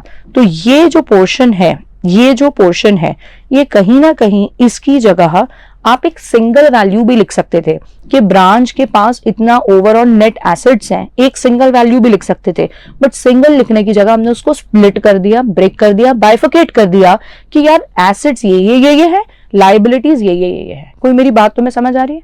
मैं यहाँ तुम्हें बोलूं डेटर है ब्रांच के पास फॉर एग्जाम्पल 50,000 का और कैश है 1 लाख का, और कहूँ मैं फॉर एग्जाम्पल स्टॉक है 30,000 का, और फिर बोलूँ मैं क्रेडिटर्स हैं 20,000 के, तो क्या बोला जा सकता है कि यार डेटर 50 1 लाख है, ये तो ये 180 हो रहा है, माइनस 20 160 का ब्रांच के पास नेट एसेट्स हैं. तो हम यहाँ अपना डेटर ऐसे भी लिख सकते थे ना कि 160 डेबिट में लिख दे बस, to balance brought down. But ऐसे लिखने से क्लैरिटी नहीं आती ना कि यार ब्रेकअप क्या है, कितना कैश, कितना स्टॉक, कितना ये कितना वो. तो बस इससे आपको बाइफिकेशन मिल जा रहा है. तो आपको ये स्टाइल दिमाग में बैठ गया क्या? बताइए मुझे. ये जब आपकी स्टेप मार्किंग होती है तो ये काम तो कम से कम सब कर पाए. जिन्होंने पढ़ा, ब्रांच नहीं पढ़ा, टफ लगता है, इजी लगता है, व्हाटएवर, इतना पता होना चाहिए कि यार ये डेटर है, ओपनिंग डेबिट में डाल दिया एसेट का और क्रेडिट में डाल दिया लाइबिलिटीज का, तो वो जो पोर्शन है वो नेट एसेट बता रहा है कि ब्रांच के पास नेट एसेट्स इतने के हैं, या ब्रांच के पास ओवरऑल लाइबिलिटी पे ऑफ करने के बाद इतने रुपए के एसेट बचेंगे जो अल्टीमेटली किसके हैं? हेड ऑफिस के ही हैं. बोलो मुझे ये पिंक वाला शुरू का पार्ट ओपनिंग, क्या ये सबको क्लियर है? कम ऑन फास्ट, फटाफट everybody. Is it fine? Okay, done done done, all right, ठीक है, clear, reasoning wise clear, okay okay okay, perfect. आगे की बात सुनो. अब अभी मैंने तुम्हें ये बात बोली कि हेड ऑफिस के लिए ब्रांच एक डेटर है. अब आप ये बताइए कि अगर आप ब्रांच में और इन्वेस्ट करोगे ड्यूरिंग द ईयर, फिर और इन्वेस्ट करोगे ड्यूरिंग द ईयर, फिर और इन्वेस्ट करोगे during the year in different forms, तो डेटर आपका बढ़ेगा या कम होगा? सोचिए और बताएं. आप ब्रांच में अलग अलग फॉर्म से अगर और इन्वेस्ट करोगे, आपने और कैश दिया इस साल, पहले से जो था वो तो था ही, आपने और स्टॉक दे दिया, आपने कोई फिक्स्ड एसेट खरीद के ब्रांच को दे दिए, आपने कोई ब्रांच का जो खर्चा था वो खुद पे कर दिया, ब्रांच ने नहीं, खुद आपने अपनी जेब से पैसे दे दिए. इन सब फॉर्म्स में कहीं ना कहीं आप ब्रांच में और इन्वेस्ट कर रहे हो, और निवेश कर रहे हो. और ऐसा जब आप कर रहे हैं तो आपका डेटर बढ़ता जाएगा. तो आपका डेटर तब बढ़ेगा जब to goods send to branch हो जाए. You have send more goods to branch, so कहीं ना कहीं it's showing that you're increasing your investment in branch, so your debtor is increasing. आपने भेजा cash, to cash send to branch, तो आपने branch को और कैश भेजा, तो इसका मतलब आपका इन्वेस्टमेंट इन ब्रांच और बढ़ गया. फिर आ रहा है आपके पास, ये ऑपोजिट छोड़ो, अगर फिक्स एसेट भेजा होता तो ये आ जाएगा टू फिक्स एसेट. आपने और फिक्स एसेट्स लगा दिए, आपने कोई एक्सपेंस उनके बिहाफ पे आपने पे कर दिया, तो ये आ जाता आपका वही टू एक्सपेंस. तो अगर आप ब्रांच में कुछ भी इन्वेस्ट कर रहे हो, so that's a kind of additional investment during the year which will increase your debtor or your investment in branch, and so it should come on debit side. I hope this is clear. And at the same time, if you take away something from branch, आपने branch से cash ले लिया, आपने branch से कुछ stock वापस ले लिया, आपने ब्रांच से कुछ फिक्स्ड एसेट्स वापस ले लिए, तो इस बात का मतलब you are reducing your investment in branch, आपका ब्रांच में जो इन्वेस्टमेंट है वो आप कम कर रहे हो, तो यह मतलब एसेट कम हो रहा है, तो क्रेडिट में आएगा. तो सिंपली यहाँ पे by goods send to branch, अगर आपने स्टॉक वापस ले लिया है तो रिटर्न हुआ है. By remittance is the word for cash ले लेना, तो रेमिटेंस, अगर आप फिक्स्ड एसेट वापस ले लेते हो तो यहाँ आ जाएगा आपका बाय फिक्स्ड एसेट. समझ में आ गई मेरी बात? तो अगर आप वापस निकाल रहे हो तो आपका निवेश ब्रांच में कम हो रहा है, इन्वेस्टमेंट कम हो रहा है, तो क्रेडिट में आ जाएगा. सो इट कम्स है. आई थिंक यहाँ तक भी बात आपको क्लियर है. अब आती है आगे की बात. जब हम ईयर एंड की बात कर रहे हैं, ईयर एंड में ब्रांच के पास जो भी एसेट्स बचे हैं वो आपका क्लोजिंग बैलेंस यहाँ आ जाएगा, बाय बैलेंस ब्रॉट डाउन करके जो जो भी एसेट्स हैं दे ऑल कम है, और जो भी लाइबिलिटीज हैं दे विल कम है टू क्लोजिंग बैलेंस करके, और क्लोजिंग बैलेंस यहाँ उनका आ जाएगा। लिखने को फिर से शायद आप क्लिक कर पाए, समझ पाए, हम इसको नेट आउट करके लिख सकते थे, पिंक वाले पार्ट की मैं बात कर रही हूँ, इसको हम नेट आउट करके लिख सकते थे, ईयर एंड में चेक कर लेते कि ब्रांच के पास ओवरऑल एसेट्स कितने हैं माइनस लाइबिलिटी कितनी है, तो इसका मतलब इतना ब्रांच का इन्वेस्टमेंट है, और हम यहाँ क्लोजिंग बैलेंस लिख देते। बट ऐसा ना करते हुए हम बाइफिकेट करके लिखना चाह रहे हैं कि ब्रांच के पास ईयर एंड में क्या क्या एसेट्स हैं, क्योंकि उनके जो एसेट्स उनके पास है वही तो हमारे हैं ना, हम तो कंपनी एज अ होल है, तो उनके पास जो जो भी एसेट्स पड़े हैं वो सब हमारे हैं, और उनके पास जो जो भी लाइबिलिटीज पड़ी है वो हमारी है। तो इंस्टेड कि हम एक सिंगल फिगर बोलें कि ब्रांच में हमारा इतना इन्वेस्टमेंट है overall at the end of the year की जगह हम ये कह रहे हैं ब्रांच में इतने इतने रुपए का ये एसेट पड़ा है और इतने की ये लाइबिलिटी पड़ी है विच इज आर्स अल्टीमेटली। तो हमने उसको बाइफिकेट करके यहाँ लिखा और ये यहाँ लिखा। तो जो रेड से लिखा पार्ट है अभी उसको छोड़ दो, रेस्ट ये छोड़ दो। तो मैं प्लेसमेंट समझ में आ गया क्या? रटना नहीं है कि हमने रट्टा मार लिया इधर ही आएगा इधर ही आएगा। तुम्हें प्लेसमेंट समझ में आ गया क्या, कहां पे कौन सी चीज क्यों आ रही है? अब मैं फटाफट से बोलना चालू कर रही हूं and I want you all to write it quickly in the chat box in the form of answers. मुझे बताना स्टार्ट करिए सबसे पहले, जब आप ये मेथड अप्लाई कर रहे हो debtors method, so is it part of memorandum books और is it part of original books? Answer me in the chat box. Memorandum के लिए एम लिख देना, ओरिजिनल के लिए ओ लिख देना। तौबा तौबा, एक व्यक्ति गलत जवाब देता हुआ, एक का गलत जवाब बाकी सबका सही है। दीपांश भाई good morning, how will this work? Archi very bad. It is part of the original books. It's part of the real books. It's nowhere memorandum at all. It's not memorandum at all. शुरुआत में हमने यहाँ पे यही बात पढ़ी थी, ध्यान दे लेंगे। Debtors method, it's part of the books of head office. Final accounts and stock and debtor, these are memorandum. ये बात तो क्लियर होनी ही चाहिए अपने को। अब आती है बात आगे की, जिनकी गड़बड़ थी एक दो लोग की, आई होप दैट्स क्लियर। मैं कह रही हूँ गुड मॉर्निंग, कह रहा है गुड मॉर्निंग। गुड मॉर्निंग मतलब जागो और गलत जवाब ना दो। अगली बात मुझे ये बताओ, जब हम ये मेथड फॉलो कर रहे हैं, तो हेड ऑफिस जो है जब ये अकाउंट बना रहा है ब्रांच का, तो क्या सोच के बना रहा है? एज इफ ब्रांच उसका क्या है? परफेक्ट। ब्रांच उसका एक एसेट है, ब्रांच में उसने इन्वेस्टमेंट करा हुआ है, तो ब्रांच उसका एक डेटर है। बोलो हाँ या ना? यस। तो ब्रांच के पास ईयर स्टार्टिंग में जितने एसेट्स रखे हैं अल्टीमेटली वो किसके हैं? अल्टीमेटली मैम वो हेड ऑफिस के। इसीलिए अपना जब वो अकाउंट बनाया जा रहा है तो डेबिट में हम एसेट सारे लिख दे रहे हैं कि ये ब्रांच के पास सारे एसेट्स पड़े हैं जो हमारे हैं, और ब्रांच की जो लाइबिलिटीज है ईयर स्टार्टिंग में वो भी बोलो किसकी हैं? वापस से हेड ऑफिस की है। तो हम ईयर स्टार्टिंग में क्रेडिट साइड सारी लाइबिलिटीज लिख दे रहे हैं कि यार भली ब्रांच में पड़ी है ये, लेकिन लाइबिलिटीज हमारी हैं। अब मुझे ये बताइए आप, मैं कुछ पॉइंट्स बोलती हूँ, just think and tell me कि ये इस अकाउंट में कौन सा साइड आना चाहिए। Let's check it, let's see. थोड़ा सा ट्रिकी पूछूंगी। अगर ब्रांच कुछ सेल करती है, ब्रांच सेल्स करती है, सपोजिंग कैश सेल्स, तो इस अकाउंट के कौन से साइड आना चाहिए? Should it come on debit side or credit side?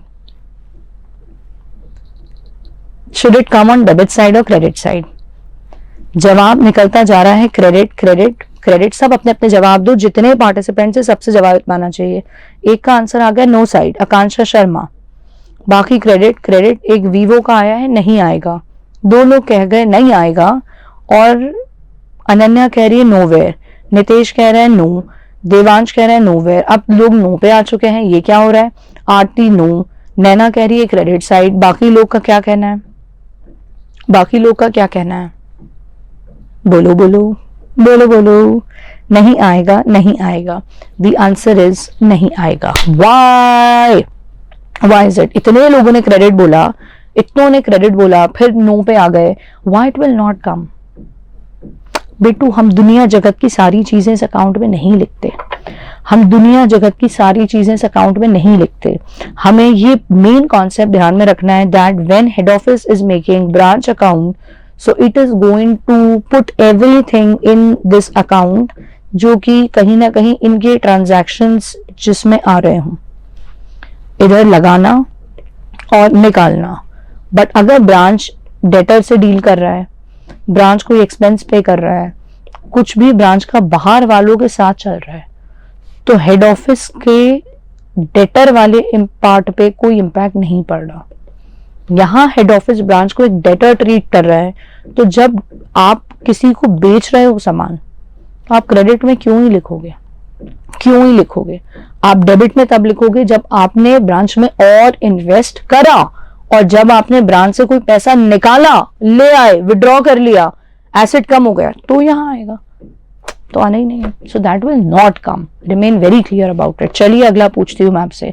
मैं कहूँ आपसे ब्रांच ने बाहर से कुछ स्टॉक परचेज करा, कहाँ आएगा ये बताऊं? ब्रांच ने डायरेक्टली कैश देके बाहर से कुछ स्टॉक परचेज करा, where will this come? It will not come anywhere. अच्छा, it will not come anywhere. Sure and can you tell me the reason why it will not come? Why it will not come? Because it is not a transaction between head office and branch.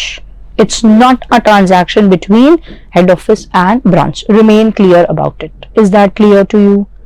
Now if I tell you branch ने head office को goods भेजे, अब ये कहाँ आएगा? branch ने head office को goods भेजे, ये कहाँ आएगा? This will come on credit. Why is it coming on credit? Because who is making this account? This is made by head office. कौन बना रहा है ये अकाउंट? Head office. ब्रांच से उसको सामान वापस मिल गया, तो जब ब्रांच से उसको सामान वापस मिल गया है, तो एक तरीके से आप समझें तो ब्रांच में उनका इन्वेस्टमेंट कम हो गया, और ब्रांच में इन्वेस्टमेंट कम हो गया, डेटर कम हो गया, क्रेडिट में आ जाएगा। क्लियर है ना बात? कौन सा साइड आ जाएगा? क्रेडिट में आ जाएगा। परफेक्ट है मेरी बात यहां तक? श्योर? चलिए अगला मुझे बताइए, हेड ऑफिस ने ब्रांच को कैश भेजा, कौन से साइड आएगा? हेड ऑफिस ने ब्रांच को कैश भेजा, कौन से साइड आएगा?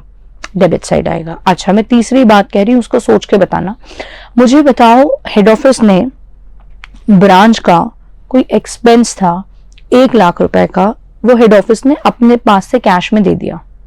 पे करना था ब्रांच को, ब्रांच ने ना देते हुए हेड ऑफिस ने अपने पास से वो थर्ड पार्टी को कैश दे दिया। क्या ये आएगा या नहीं आएगा? विल दिस कम और no? The answer is yes. The answer is absolutely yes.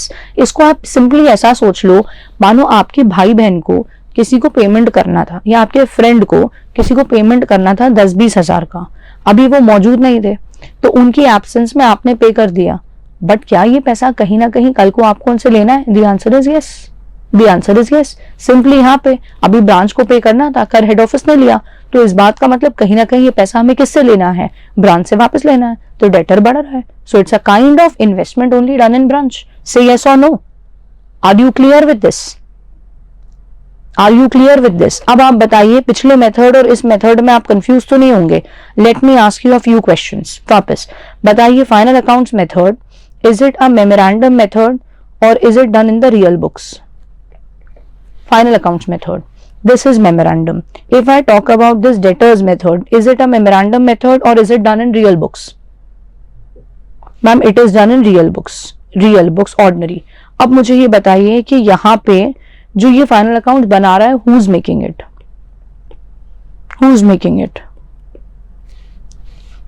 बोलिए। It's made by head office. और यहाँ पे जो debtors method के हिसाब से अकाउंट बन रहा है, who is making this? Who is making this? Head office. Why? दोनों में ही head office is making. What is the reason? दोनों में ही head office is making. What is the reason? ऐसा क्यों? What is the reason? What is the reason? Because this is dependent branch what we are studying. Dependent branch है तो head office ही बनाएगा ना, branch थोड़ी ना बनाएगा। बात क्लियर? अब मुझे ये बताइए, मैं अगर कहूं आपसे क्रेडिट सेल करी ब्रांच ने, क्रेडिट सेल्स बाय ब्रांच, दोनों में से किस मेथड में आएगा और किस साइड आएगा? बताओ मुझे फटाफट। दोनों में से किस मेथड में आएगा और किस साइड में आएगा? फाइनल अकाउंट्स मेथड में आएगा, और कौन से साइड आएगा? Credit side. Perfect, perfect, very nice and very quick answer. मुझे बताइए, बैड डेट हो गया ब्रांच का, कहाँ आएगा और किस मेथड में? Which side and which method? So this will come in final accounts method with side, debit side. Perfect. अच्छा, मुझे बताओ closing stock. Let's see this one. Closing stock will come which side, which method? I am pretty sure जल्दबाजी में जो जवाब देंगे वो गड़बड़ करेंगे। Closing stock which side, which method? Actually both the methods credit side, हाँ या ना? Yes, because in final accounts trading में क्रेडिट में आएगी, और ये वाला जो डेटर्स मेथड चल रहा है इसके हिसाब से अगर देखें तो एसेट्स को हमें यहाँ लिखना है क्लोजिंग, तो it will come in both. Very nice. चलिए मुझे बताइए इसके बाद गुड्स, सोच के, goods send to branch, goods send to branch, this will come in which method, which side? Think and tell, शांति से think and tell, which method, which side?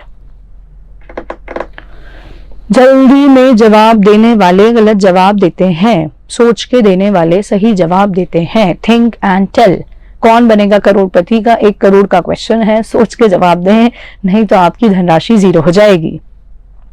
The answer is it will come in both and it will come on debit in both, because when we talk about final accounts method, it is an expense like purchases, it will come on debit side, and when we talk about this particular debtors method, तो head office जब branch को दे रहा है तो एक तरीके से kind of investment done in branch, and therefore it will come on debit side because it is increasing the investment, isn't it? Isn't it? So are you clear with the points? Are you clear with the points? Let me ask a few more. Expenses of branch paid by branch, बता दो फटाक से। Expenses of branch paid by branch, it will come in which method and which side? So you are saying it will come in final accounts method, and which side it will come? It will come on debit side, so it will not come in debtors method. Are you sure? Are you sure? It will not come. अच्छा ये बताओ, expense of branch paid by head office, where will this come? Where will this come? Will it come in both? Will it come in both, or it will come only in debtor? The answer is it will come in both debit side. And why? Final accounts method में it is a खर्चा of branch, भले ही किसी ने भी पे करा हो, benefit तो ब्रांच ने लिया है, खर्चा है तो it will come on debit. और debtors method में it will come why? Because जब head office पे कर रहा है, तो अभी ये पॉइंट हमने डिस्कस करा कि when head office is paying on behalf of branch, when head office is paying on behalf of branch, so कहीं ना कहीं it will take back that money from branch in future, तो उसका investment in branch is increasing, so it will come on debit. बोल दो हाँ या ना, हाँ या ना, क्लियर है क्या? फाइनल अकाउंट्स में इसलिए आएगा बिकॉज खर्चा किसका है? ब्रांच का। मजे किसने लिए? ब्रांच ने। यूज कहाँ पे हुआ है? ब्रांच का। तो अक्रूवल कॉन्सेप्ट यही कहता है ना, ये तो बेसिक बात है कि जिसका खर्चा है उसकी किताबों में आएगा। तो पैसा कोई भी दे दे जीवन में, लेकिन जिसने उसका लाभ उठाया, खर्चा तो उसका ही माना जाएगा, तो उसकी बुक्स में आएगा। क्लियर है मेरी बात? ओनर अगर पे कर भी दे, बट अगर खर्चा बिजनेस के लिए है तो बिजनेस की बुक्स में दिखेगा ना बेटा। चलिए, तो मुझे लगता है जो हमने इतनी बात करी, इससे आप दोनों मेथड्स को, पहले मैंने एक पढ़ाया, दूसरा पढ़ाया, और दोनों को मैंने इकट्ठा करके डिस्कस कर लिया, बिकॉज बच्चों का कंफ्यूजन वहीं शुरू हो रहा होता है।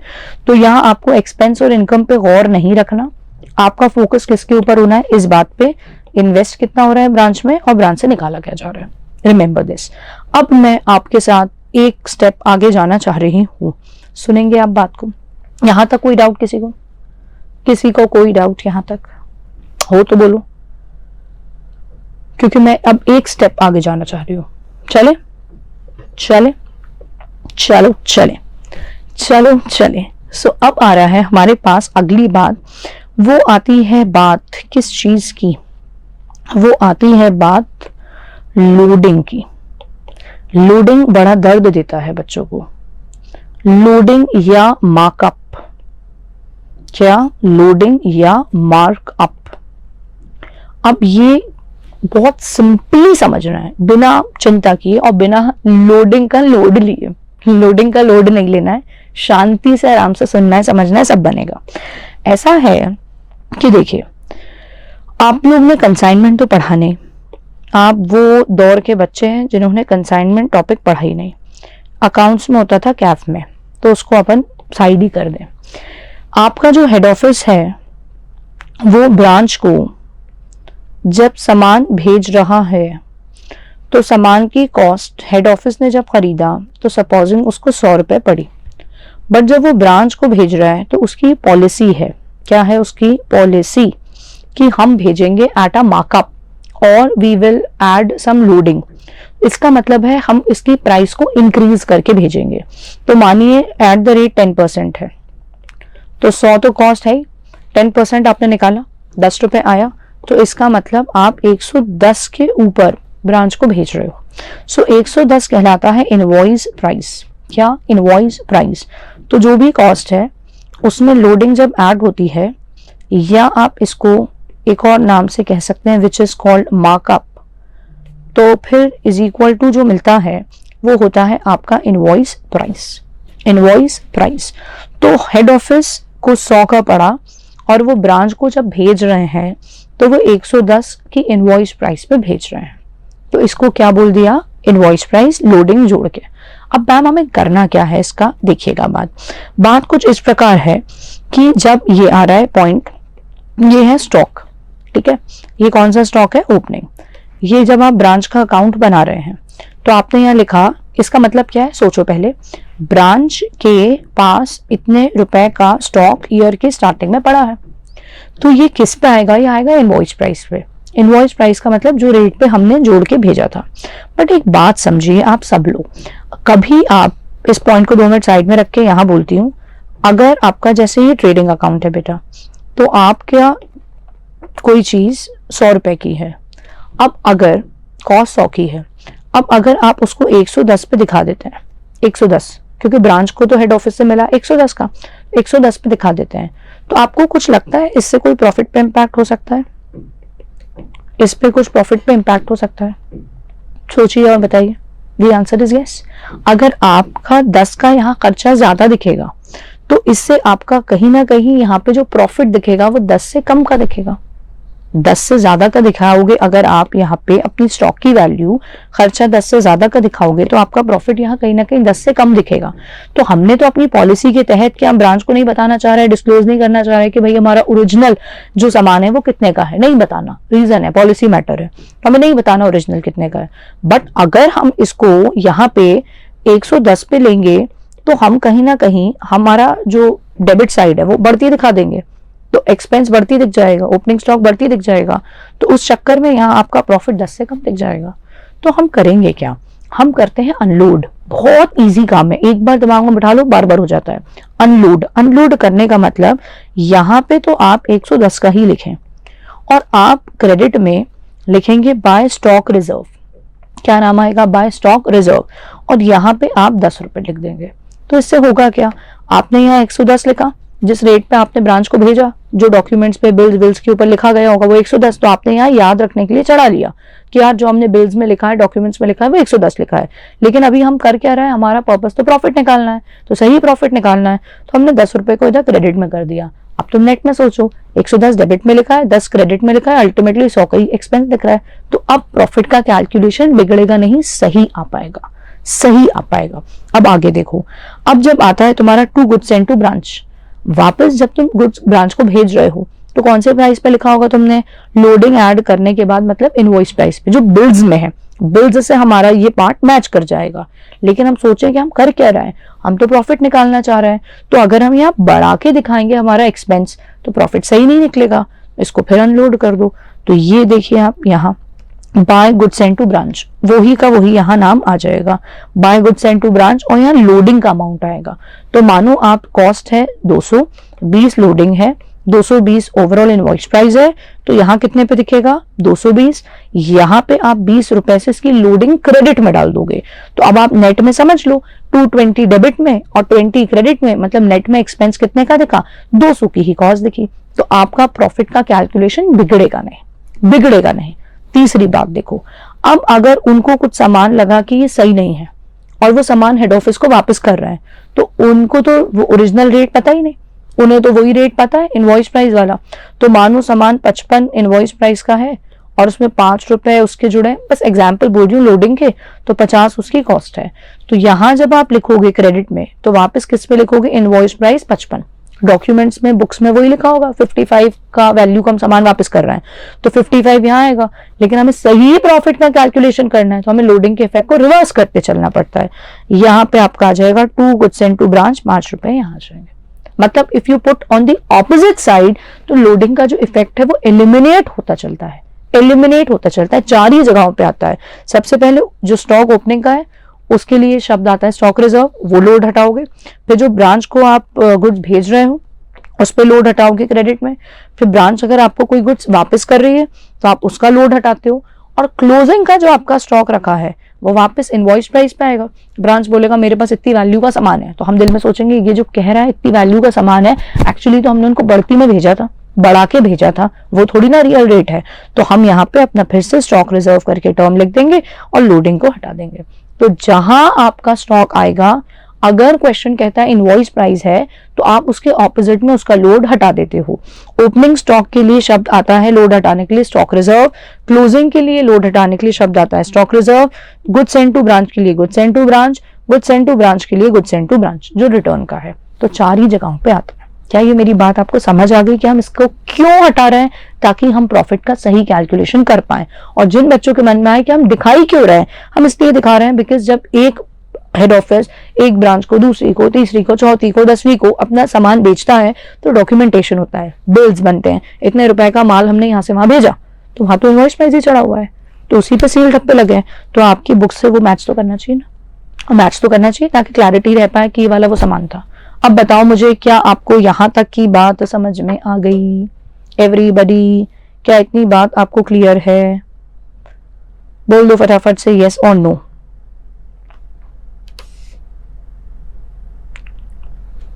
Okay, all right, done. बहुत अच्छे से क्लियर है, एकदम परफेक्ट क्लियर है। ओके, बाकी लोग का क्या कहना है? What's the position?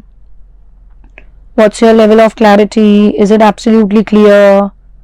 Okay, perfect है, perfect. Okay, no gap, no gap. ठीक ठीक ठीक, okay. ठीक है, डन।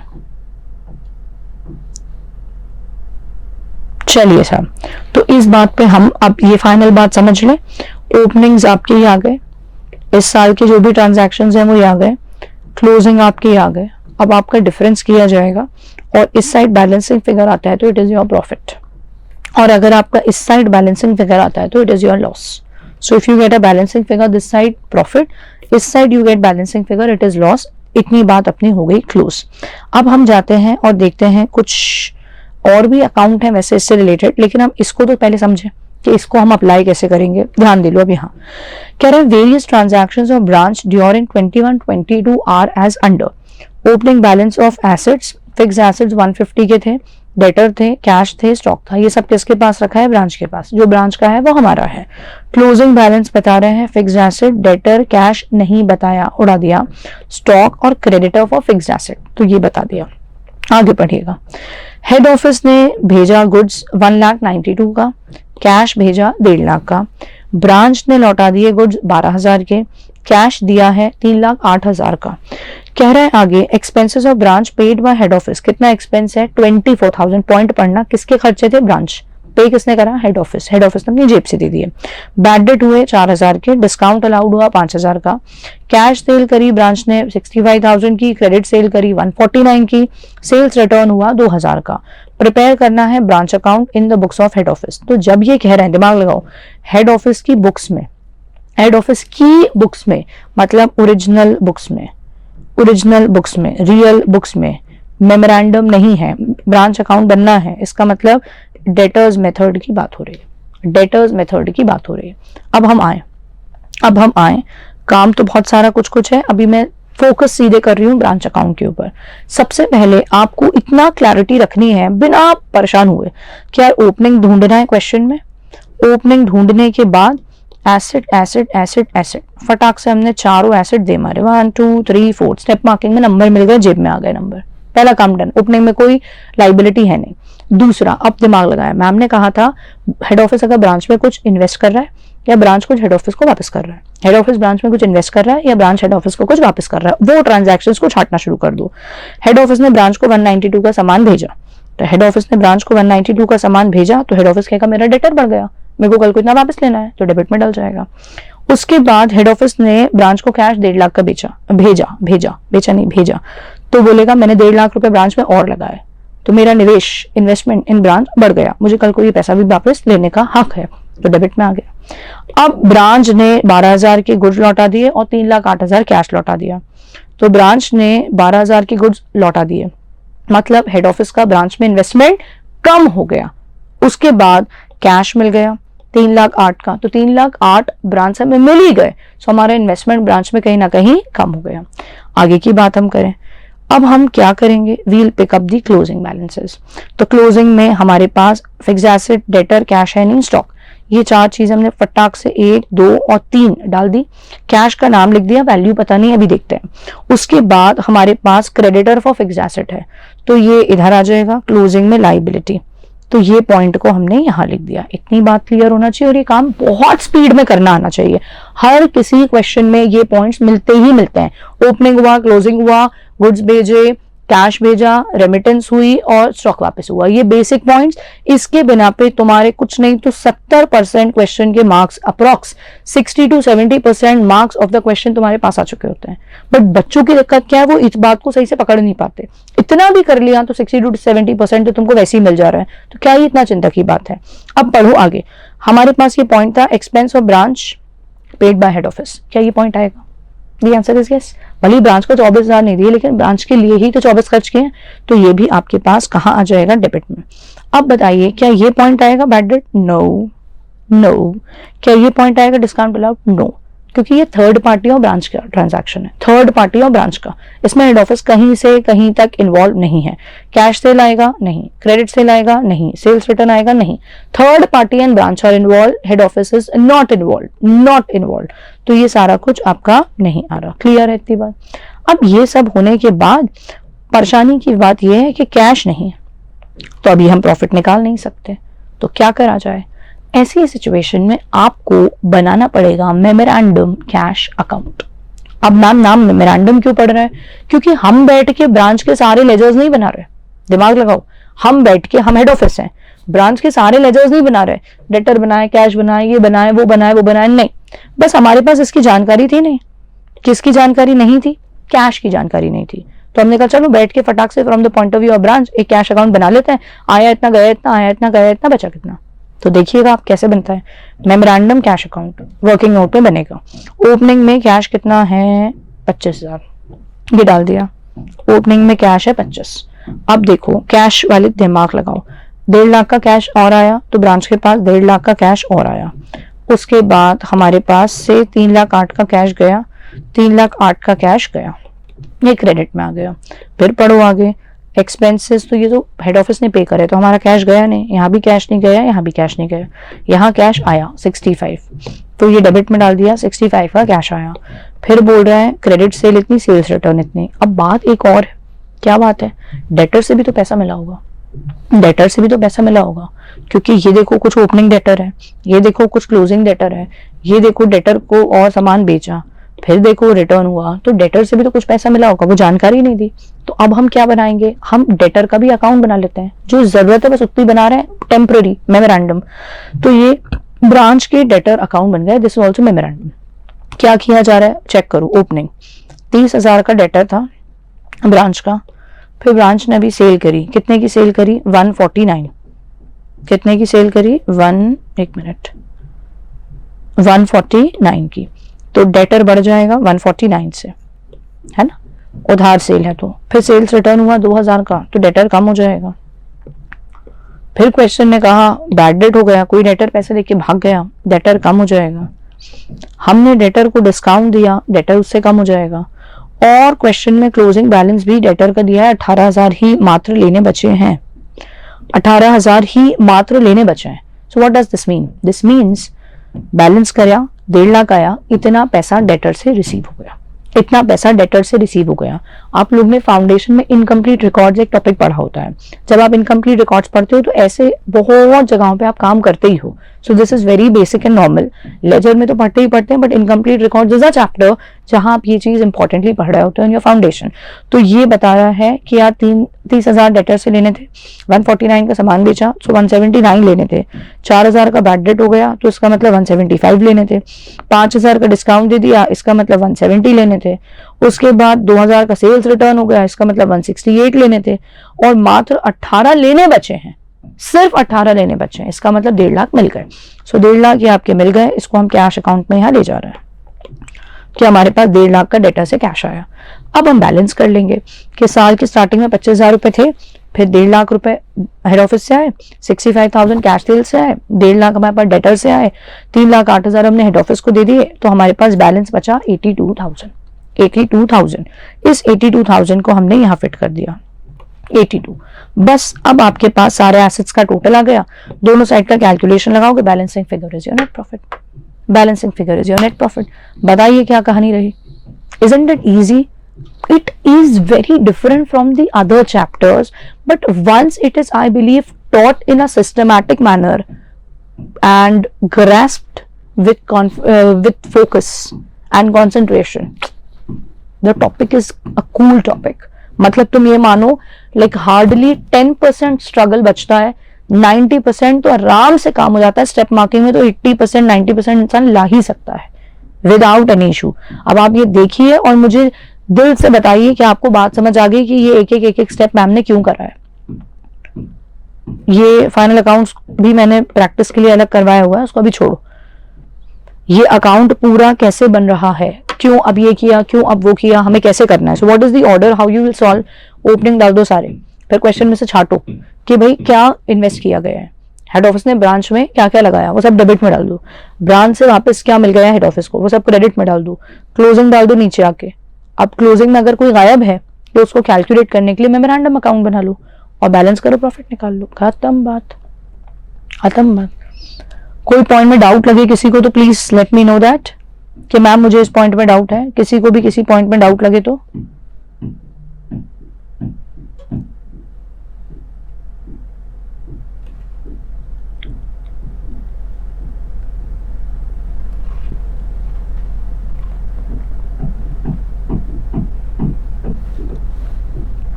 फटाफट everybody, any gap, any doubt.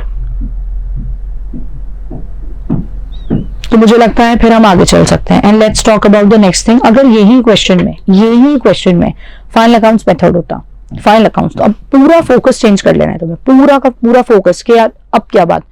Final accounts method है तो क्या करते हैं हम, बनाता है हेड ऑफिस ये, लेकिन वो ऐसे बनाता है जैसे ब्रांच अपना खुद का ट्रेडिंग पीएनएल बना रहा है। अब छांटना शुरू करो, ट्रेडिंग पीएनएल बन रहा है तो ओपनिंग स्टॉक आएगा 45, तो ठीक है डन। और ट्रेडिंग पीएनएल बन रहा है तो क्लोजिंग स्टॉक आएगा 48, ठीक है डन। उसके बाद परचेज नहीं करा बट हेड ऑफिस से जो सामान आया स्टॉक वो एक्सपेंसिव होगा, तो एक 19 का आया और 12 का सामान वापस कर दिया, तो बेसिकली एक 80 का रहा, तो ये आ गया आपके पास डन। सामान बेचा, कैश से लो या क्रेडिट से लो दोनों ले लेंगे, तो ये आ गई सेल्स डन। ग्रॉस प्रॉफिट आ चुका, ग्रॉस प्रॉफिट आ चुका। खर्चे देखना स्टार्ट करो, भले ही हेड ऑफिस ने पे करा हो, खर्चा तो हमारा आएगा बिल्कुल 24। 4,000 का बैड डेट बिल्कुल आएगा, डिस्काउंट 5,000 का बिल्कुल आएगा, तो बस सारे खर्चे लिख दिए। प्रॉफिट देख लो कितना आ रहा है 2,000, इससे भी प्रॉफिट कितना आ रहा था 2,000। तो इट्स जस्ट लाइक ऐसे कान पकड़ना और ऐसे कान पकड़ना, nothing else, nothing else. Just the point of view या कह सकते हैं आप द प्रोसीजर इज डिफरेंट, बाकी ultimately will get same answer. क्या हम नेक्स्ट क्वेश्चन पे जाएं? यस, आइए और ध्यान दीजिए, आइए और ध्यान दीजिए, चेक करते हैं।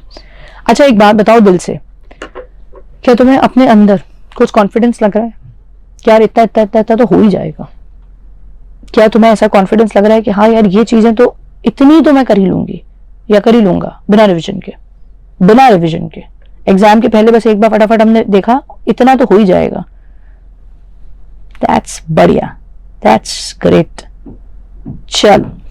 चलिए बेहतरीन, शानदार, आ जाओ, परफेक्ट, वेरी गुड। अपने पास आ रहा है एक और क्वेश्चन, आप बिल्कुल ऑब्जर्व करिएगा कहाँ कैसी चीज डलती जा रही है। फिक्स्ड एसेट ओपनिंग दिया है, क्लोजिंग दिया है, स्टॉक ओपनिंग क्लोजिंग, पेटी cash opening closing, cash opening closing. अच्छा दीपांश, डेटर का ओपनिंग क्लोजिंग और क्रेडिटर ओपनिंग क्लोजिंग। देखो मैंने 2 बातें गायब कर दी, कैश भी नहीं, क्लोजिंग, डेटर भी नहीं, कोई चिंता की बात नहीं, पढ़ो आगे। हेड ऑफिस ने ब्रांच को स्टॉक भेजा 2,10,000 का, कैश भेजा 90 का। Purchase by branch on credit, branch ने बाहर से उधार 70,000 का सामान खरीदा। कैश सेल करा 97 और क्रेडिट सेल करा 245। बैड डेट हुआ, डिस्काउंट अलाउड हुआ। डेटर से कलेक्शन हुआ 2,45,000 का। रेमिटेंस टू हेड ऑफिस मतलब हेड ऑफिस को कैश दिया 280। ब्रांच ने branch expenses paid by head office, खर्चा ब्रांच का था, पे किसने करा? Head office 32। Branch account banana in the books of head office, line पढ़ा करो, in the books of head office का मतलब इन the original books of head office, in the real books. और क्या अकाउंट बनाना है? ब्रांच अकाउंट बनाना है। तो इसका मतलब under which method? Debtors method की बात हो रही है। तो हम पहले इसी को बनाएंगे। आइए इधर क्या करें, फटाफट पहले काम दिमाग में तुम्हारे चलते रहना चाहिए। मैं बोल रही हूँ, चेक करना कि are you able to think. Asset asset asset asset asset, पांचों को डेबिट में डाल देंगे। 1 2 3 4 5, ये टोटल कर दिया, डन। दूसरा काम क्या करेंगे? ये लाइबिलिटी 4,500, इसको हमने क्रेडिट में डाल दिया। समझने की क्या बात है? करने को वो लोग ये कर सकते थे कि हमारे सारे एसेट्स हैं 364 500 के और लाइबिलिटी है 4.5 की, तो इसका मतलब हमारा ब्रांच में इन्वेस्टमेंट 360 का है। तो लिखने को 360 नेट में लिख सकते थे, बस हम बाइफर्केट करके ब्रेकअप करके लिखते हैं क्योंकि उनके एसेट्स हमारे हैं और उनकी लाइबिलिटीज भी हमारी हैं। तो एक फिगर ना लिखें, हर चीज को फैला के लिख दिया, ब्रेक करके लिख दिया। आगे ढूंढो क्वेश्चन में, हेड ऑफिस ने ब्रांच को इतना दिया और इतना दिया, तो इसका मतलब निवेश बड़ा, इन्वेस्टमेंट बड़ा ब्रांच के अंदर, तो ये डेबिट में आएगा। ये आ गया 210 और ये आ गया 90। और पढ़ो आगे। परचेज करा ब्रांच ने, सोचो और बताओ, will it come? And if it will come, it will come on which side? Purchase करा ब्रांच ने गुड्स 70,000 के। पहली बात, will it come, and if it will come on which side? It will come on which side? It will not come. And can you tell me the reason why it will not come? Why it will not come? Third party head office is not involved. Nowhere involved. It will not come. Cash sales will come.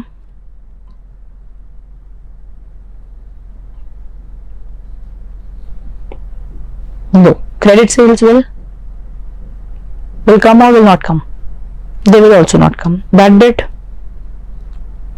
Discount allowed, none of them will come. Collection from debtor से इतना पैसा मिला, will this come? No. Remittance to head office will come. Remittance to head office को 2,80,000 दिए, yes, this will come on credit side. So ये आ गया आपका 280 on credit side. Clear? अब पढ़ो आगे। ब्रांच के expenses paid by head office, will this come? Will this come? And if it will come on which side? Perfect, very very good. It will come on debit side. बिल्कुल सही। Because भले ही हाथ से पैसा नहीं दिया लेकिन ब्रांच के लिए ही खर्चा किया है, कल को ब्रांच से वापस लेंगे, सो डेबिट में आएगा। चलिए, तो ये भी पॉइंट हो गया हमारा। अब क्लोजिंग जाएंगे।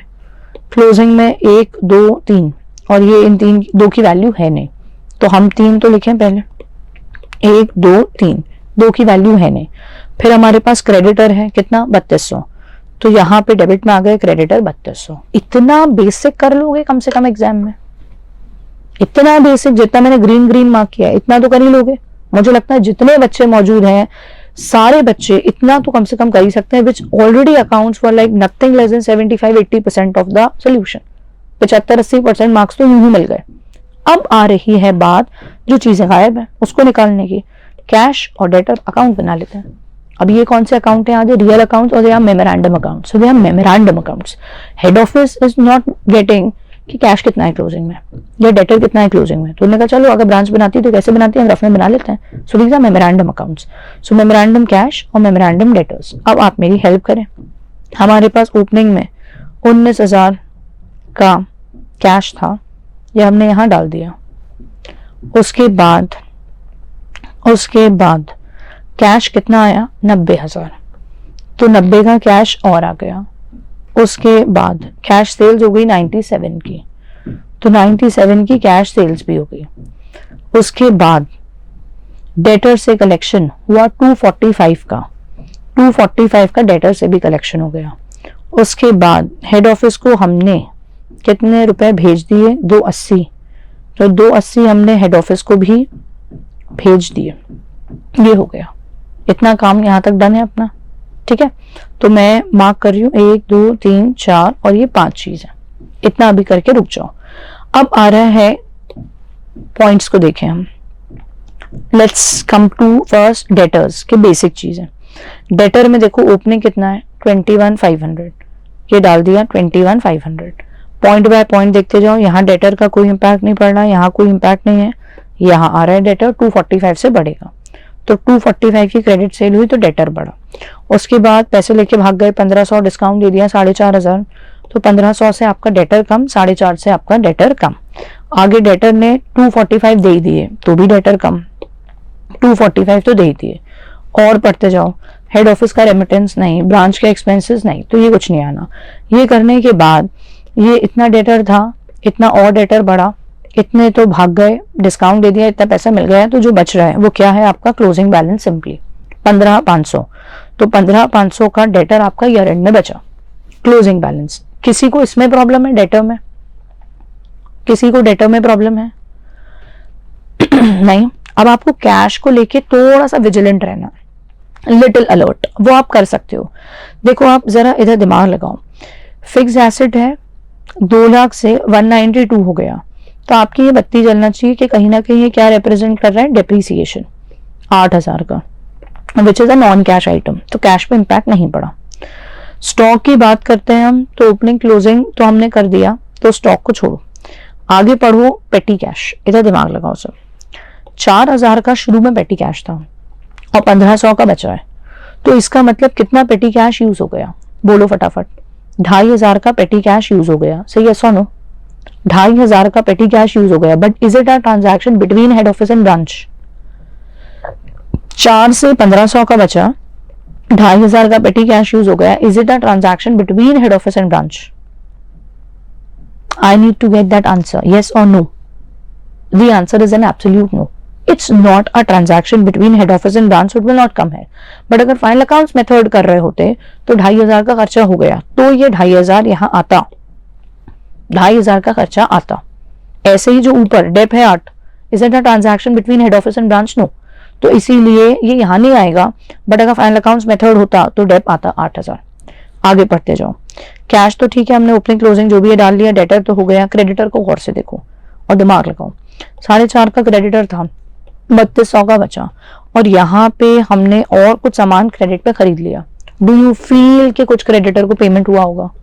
कुछ क्रेडिटर को पेमेंट हुआ होगा, यस। तो आप इसके लिए अकाउंट भी बना सकते हो, यहाँ नहीं बनाया कुछ नहीं होता, बट आप अकाउंट भी बना सकते हो। सिंपली सोचो, ओपनिंग बैलेंस कितना है? 4,500, 4,500, और कितने का सामान हमने खरीद लिया? 70, तो 70 का उधार सामान खरीदा तो लाइबिलिटी 70 से बढ़ जाएगी। और कितना पे कर दिया वो नहीं पता। क्लोजिंग कितना बचा? क्रेडिटर 3,200, सिर्फ 3,200 देना बचा है, तो बैलेंस करो और निकालो कि क्रेडिटर को पे कितना कर दिया, बताओ मुझे। 4,500 देना था, 70 का और सामान ले लिया, तो इसका मतलब 74,500 देना था, और देना से 3,200 बचा है, इसका मतलब 71,300 पे कर दिया, 71,300 पे कर दिया, यस और नो? तो भाई पैसा गया इतना, 71,300 पैसा गया, कैश गया, कम हुआ। तो ये बात आपके पास यहाँ आ जा रही है, ठीक है। अब मैंने क्या करा, हर पॉइंट चेक करवाया आपको। इसमें डेप मिला, इसको तो ओपनिंग क्लोजिंग ले ही लेते हैं। इसमें खर्चा मिला, इसका तो ठीक है काम चल रहा है, इसका भी हो चुका, इसको भी देखा, क्लिक करा। आगे और देख लो कहीं कोई कैश पे इम्पैक्ट आ रहा है क्या? ये कैश ले लिया, यहाँ का ठीक है ले चुके, ये कैश ले लिया, इस पे कैश नहीं है, कैश नहीं, कैश नहीं। फिर ये कैश पे इम्पैक्ट ले लिया, ये कैश पे इम्पैक्ट ले लिया, यहाँ कोई कैश नहीं है। तो हमने अच्छे से वेरीफाई कर लिया, अच्छे से वेरीफाई कर लिया, बैलेंस करा, बैलेंस बच रहा है आपके पास 99,700 का कैश, 99,700। तो आपका ये 99,700 का कैश ही आ गया। इसके बाद दोनों साइड का कैलकुलेशन होगा और आपके पास एक नेट लॉस का फिगर निकल के आ जाएगा, which is 4,500, 4,500. Please have a look at this question also. It was slightly difficult than the previous one, but that's fine. हमने डिस्कस तो कर लिया है। कहीं गैप लग रहा है तो मुझे बोल दो कि मैम ये पॉइंट को आप रिपीट कर दीजिए। हाँ, तो पेटी कैश डिक्रीज हुआ, तो बेटा पेटी कैश और कैश अलग अलग ले रहा है ना। पेटी कैश इज विथ हुम? पेटी कैशियर। तो बिजनेस के मेन पेमेंट्स के साथ वो मिक्स नहीं होता ना, मेन पेमेंट के साथ मिक्स नहीं होता। So cash is separate and पेटी कैश इज सेपरेट। क्लोजिंग में ले लेंगे, क्लोजिंग में तो इट विल बी टेकन, ले ही लिया अपन ने 1,500 asset at the end of the year.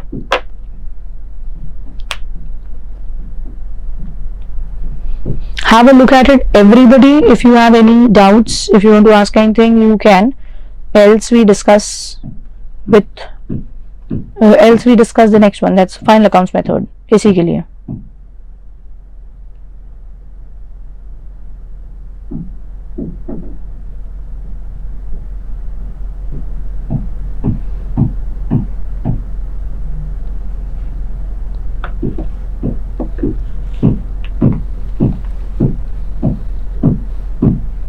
हाँ जी, एनी डाउट? अच्छा, looks like it's clear, no doubt, it's all clear, fine, okay, done. अब अपन 1 मिनट फाइनल अकाउंट्स मेथड भी शांति से डिस्कस कर लेते हैं। क्या क्या आता है? ओपनिंग स्टॉक ढूंढो, 120, ये 120 डाल दिया, ठीक है। और क्या आना है? यहीं की क्लोजिंग स्टॉक ले लो, डाल दिया। गुड्स जो ब्रांच से मिले 210 डाल दिए, और हमने खुद भी परचेज कर लिए तो डाल दिए। सेल्स देखो, ये और ये दोनों को ऐड कर दो, सेल्स रिटर्न कुछ है नहीं, यहाँ सेल्स आ गई तो ये डालती, ये आपके पास जीपी आ गया, जीपी यहाँ चला गया। खर्चों की बात करें हम तो डेट हम यहाँ से निकाल चुके थे, पेटी कैश का खर्चा हम यहाँ से निकाल चुके थे। उसके अलावा बैड डेट 1500 है, डिस्काउंट अलाउड 4500 है, और ये ब्रांच ने जो एक्सपेंस, ब्रांच के एक्सपेंस जो हेड ऑफिस ने पे किए थे वो 32,000 है। सॉल्व करोगे नेट लॉस वापस 4500 आ जाएगा, 4500 आ जाएगा।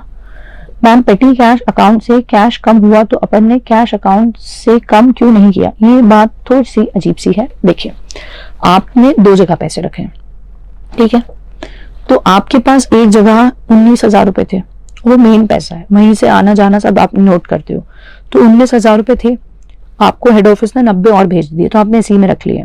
फिर सेल से 97 आए, फिर आपने इसी में और रख लिए। फिर डेटर से 245 आए, फिर आपने इसी में और रख लिए। फिर आपने हेड ऑफिस को इसी में से 280 वापस कर दिया। फिर इसी में से आपने क्रेडिटर को 71,300 दे दिए। अब आपके पास 99,700 बचे। जो दूसरा पैसा था आपके पास, वो कितने रुपए रखे थे शुरू में? 4,000। और अभी आपने जब चेक किया तो इसके अंदर 1,500 रुपए रखे हैं। इसका मतलब इसमें से 2,500 रुपए खर्चा हो गए। तो इसमें से हुए ना 2,500, इसमें से थोड़ी ना हुए। ये 4 था और अभी आपने ईयर एंड में देखा तो 1500, तो आपने कहा अच्छा सारे छोटे छोटे खर्चे होते 2,500 खर्च हो गया, तो इसको क्यों कम करेंगे? तो डबल का माइनस हो जाएगा ना। समझे मेरी बात नितेश? जब तुम 1,500 यहाँ ले रहे हो तो ऑलरेडी ओपनिंग में तुम यहाँ 4 ले रहे हो और क्लोजिंग में तुम यहाँ 1,500 ले रहे हो, तो इसका मतलब हो गया ना रिडक्शन। अब अपन उसको इस कैश में से भी माइनस कर देंगे तो फिर डबल टाइम सब्ट्रैक्शन हो जाएगा। Okay okay, I think all of you done with this. Yes, तो मैं ऐसा मान लूं कि आप डेटर्स मेथड को अच्छे से करने की आप पोजीशन में हैं। अब मल्टीपल एग्जाम्पल 2-3 तो मैंने करा दिए फ्लो में। मुझे लगता है अब आप आराम से ऐसा कुछ कर पाएंगे, पक्की बात? ओके, यहां तक बात क्लियर है, फाइन है, ओके। अब मैं थोड़ा सा जाती हूं आगे, है इतना सारा, ठीक है, ओके। तीसरे मेथड को हम थोड़ा सा एटलीस्ट डिस्कस कर ले। Let's do some basic discussion. So your focus है, अपने पास आ रहा है next, which is stock and debtor method. What is the name? Stock and debtor method. ये बताइए, क्या ये मेमोरेंडम है? वैसे तो इतना बड़ा बड़ा लिखा है स्क्रीन पे, या ये ओरिजिनल बुक्स, रियल बुक्स में होता है? सो it is memorandum, it is memorandum, rough में किया जा रहा है। It's not part of main books. बना कौन रहा है? हेड ऑफिस या ब्रांच? कौन बना रहा है, हेड ऑफिस या ब्रांच? Head office. किसके पॉइंट ऑफ व्यू से? ब्रांच के। किसके पॉइंट ऑफ व्यू से? ब्रांच के। ठीक है, चलिएगा। अब यहां आपके पास एक अकाउंट आ रहा है जिसका नाम है ब्रांच स्टॉक। ब्रांच का स्टॉक, ब्रांच स्टॉक, फिर से सोचना है, ब्रांच का स्टॉक, और है ब्रांच डेटर। तो ब्रांच के डेटर, एक ब्रांच स्टॉक और एक ब्रांच का डेटर, ठीक है। और आता है आपके पास एक अकाउंट ब्रांच एडजस्टमेंट नाम से। अभी उसका नाम ध्यान में रख लो, बाकी समझते हैं। फिर ब्रांच पीएनएल, तो ब्रांच का पीएनएल। तो सब चीजें ब्रांच की बन रही हैं, सब कुछ, और लेकिन रफ में, मेमोरेंडम में। सो अब हम शुरू कर रहे हैं ब्रांच के स्टॉक से। अब ध्यान दीजिएगा, ये बनेगा इनवॉइस प्राइस पे।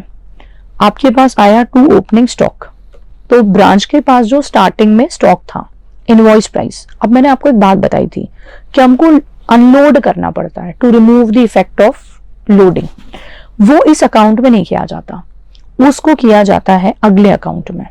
अगला अकाउंट मतलब ब्रांच एडजस्टमेंट अकाउंट। तो इसी काम को यहां करने की जगह, ऐसे उसमें नहीं होता, ऐसे ध्यान में रख लो डेप्रिसिएशन में प्रोविजन फॉर डेप और एसेट अकाउंट, तो आप एसेट अकाउंट में भी डेप दिखाई सकते हो, बट आपने उसको प्रोविजन के क्रेडिट में दिखा दिया। अभी के लिए ऐसे ध्यान में रख लो कि ये जो ओपनिंग स्टॉक है इसको जो अनलोड करना है यही ना करते हुए इसको यहां दिखा दिया बाय ओपनिंग स्टॉक पे रिजर्व। अगला देखो, ब्रांच के स्टॉक की बात हो रही है, ब्रांच के पास स्टॉक और कहां से बढ़ेगा, हेड ऑफिस से जब स्टॉक मिलेगा तो बढ़ेगा, तो to goods sent to branch, ये भी आईपी पे, इनवॉइस प्राइस पे, तो इसमें से क्या हटाना पड़ता है हमको, लोडिंग, तो ये क्रेडिट में आ गया, by goods sent to branch, loading हटा दी। उसके बाद आगे आ जाइए, अगर स्टॉक लौटा दिया हेड ऑफिस को तो by goods sent to branch return, यहाँ ये भी किस पे फिगर आ रहा होगा, इनवॉइस प्राइस, इसकी लोडिंग हटाएंगे, तो इसकी लोडिंग यहाँ डेबिट में हटा दी, to goods sent to branch loading हटा दी। उसके बाद सामान बेचा, सामान बेचा तो भाई बेचा तो मतलब जितने पे सेल्स हुई इसका तो कुछ भी नहीं करना। फिर आता है आपके पास लॉस को, अभी मैं साइड लाइन कर रही हूँ, इधर आ जाओ, balance brought down, carried down, closing stock, closing stock वापस किस पे दिख रहा होगा, इनवॉइस प्राइस, इसकी लोडिंग आपने ये हटा दी, क्लोजिंग स्टॉक की जो लोडिंग है वो यहाँ आपने हटा दी। तो मैंने आपको अभी जितनी बात बताई उतनी आपको ध्यान में ये रखनी है कि हम किसका अकाउंट बना रहे हैं, ब्रांच के स्टॉक का अकाउंट। तो ओपनिंग स्टॉक हमने लिखा, लेकिन ये इनवॉइस प्राइस पे है तो हमने यहाँ लोडिंग हटा दी। फिर गुड्स आए तो हमने उसकी लोडिंग यहाँ हटा दी, फिर गुड्स हमने वापस करे तो उसकी लोडिंग हमने यहाँ पे हटा दी, फिर क्लोजिंग में बचा, इसकी लोडिंग हमने यहाँ पे हटा दी। इतनी बात तो आपको बेसिक कम से कम समझ आ जाना चाहिए। अब मेरी बात यहाँ पे आती है आगे की, सेल्स यहाँ आ ही रहा है, आपका सामान हो सकता है लॉस हो जाए, दो तरीकों से लॉस हो सकता है। एक लॉस होता है तुम्हारे पास नॉर्मल और एक होता है तुम्हारे पास अबनॉर्मल लॉस। ये आपने सुनी होगी बात। जब मैं बात कर रही हूं आपसे कोई भी लॉस, चाहे नॉर्मल चाहे अबनॉर्मल, इससे आपकी स्टॉक की क्वांटिटी का मैम क्या होगा, कम हो जाएगी, स्टॉक कम हो जाएगा। तो डेफिनेट बात है कि आपका जो स्टॉक अकाउंट है इसके कौन से साइड आना चाहिए, क्रेडिट साइड। तो यहाँ पे आपका आएगा बाय अबनॉर्मल लॉस और बाय नॉर्मल लॉस। चाहे अबनॉर्मल हो और चाहे नॉर्मल हो, दोनों ही यहाँ पर आने वाले। Please remember this clearly, abnormal हो और चाहे नॉर्मल हो, यही आने वाले हैं दोनों। इतनी बात तक आपको ध्यान में रख लेना है। अब ये और ये सारा कुछ तो अपने को क्लियर हो ही गया। अब आती है आगे बात, आपका जो बैलेंसिंग फिगर इस साइड आएगा that will be called as surplus, that will be called as surplus. क्या बोला जाएगा इसको, surplus. And what is the surplus ma'am, the surplus is excess of selling price over invoice price. क्या ma'am क्या बोल रही हैं आप, yes this is excess of selling price over invoice price. मतलब how, look at it, this is coming at invoice price, this is coming at invoice price, this is coming at invoice price, this is coming at invoice price, this is at invoice price, this is also at invoice price. So if you leave this aside and you just focus on these two, तो ये दो मिला के बता रहा है आपका total सामान इनवॉइस प्राइस पे, उसमें से इतना गया तो सामान कम हो गया, इतना खो गया, इतना खराब हो गया, इतना बचा है। तो इसका मतलब अगर आप थोड़ा सा लॉजिक लगाते हैं तो ये कहीं ना कहीं बता रहा है जो सामान बिक गया उसकी invoice price. Apply your brain, this is your total stock that you had, उस टोटल में से इतना तो गया, उसमें से इतना इतना तो खराब हो गया और अब इतना बचा है, तो जो बैलेंस है उसका क्या, वो बिक गया है, बिक गया है, but it is coming at what value, invoice price. Invoice price तो जो सोल्ड सामान है it is at invoice price. इतनी चीजों को अगर आप नेट आउट कर देते हो तो, और जो सेल्स है, सेल्स कौन से फिगर पे होगी, sales is at selling price, sales is at selling price. तो अगर आप समझते हो तो जो ये डिफरेंस निकल रहा है इट इज सेलिंग प्राइस और इनवॉइस प्राइस का अंतर। थोड़ा सा लॉजिकल ज्यादा है, आप अगर लॉजिक से जाते हो तो ये बात को आपको थोड़ा डाइजेस्ट करना ही पड़ेगा। आप लाइट रखना चाहते हो तो ओवर चिंता ना करो, जनरली टीचर्स ये सब बात को कवर नहीं कर रहे होते, वो पॉइंट बता देते हैं कहाँ पे कौन सी क्या चीज आ रही है, children are fine with it, तो whatever is suitable for you.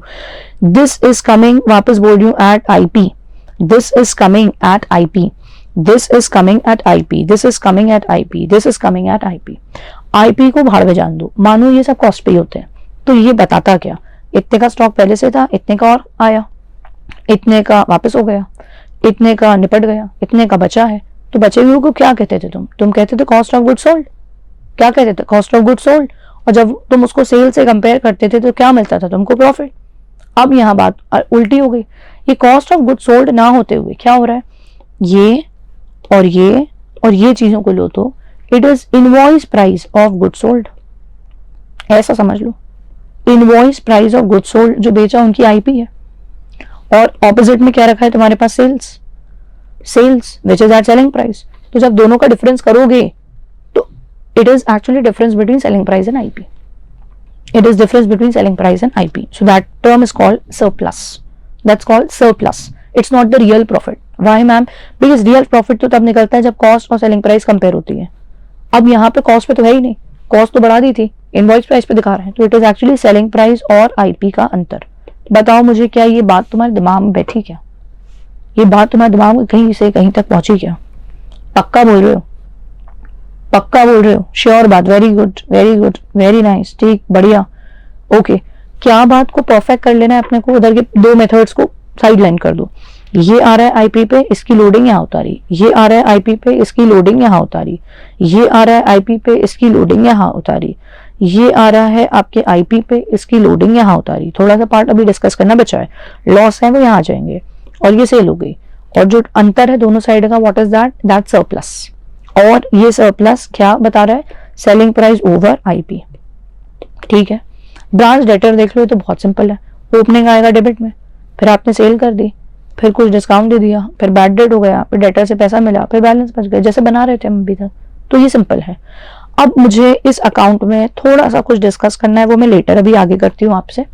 और ब्रांच पीएनएल की बात करें तो it is PNL, not trading PNL, PNL. So आपके पास जीपी आएगा। अब वो कैसे आएगा वो अभी अपन निकालना सीखेंगे, और पीएनएल के सारे खर्चे डाल दोगे। बैड डेट हो गया, उसके बाद तुम्हारा डिस्काउंट अलाउड हो गया, कोई दूसरे एक्सपेंसेस हो गए, तो विल ऑल कम है। कोई आपका नॉर्मल लॉस है, loss by fire, theft, whatever, वो सब आ गया, और आप नेट प्रॉफिट पे पहुंच जाओगे। तो मैंने आपको इस मेथड का अगर मैं कहूं तो 90% पार्ट तो समझा दिया। 10% मुझे एक आपको फिनिशिंग टच लगवाना है और क्वेश्चन मात्र कराने हैं। तो मैंने अभी का जो सेशन लिया है, इसमें मैंने आपका टॉपिक का कुछ नहीं तो कह सकते हैं अप्रोक्सीमेटली 80% पार्ट कवर कर दिया है। 20% कॉन्सेप्ट पार्ट आपका बच रहा है।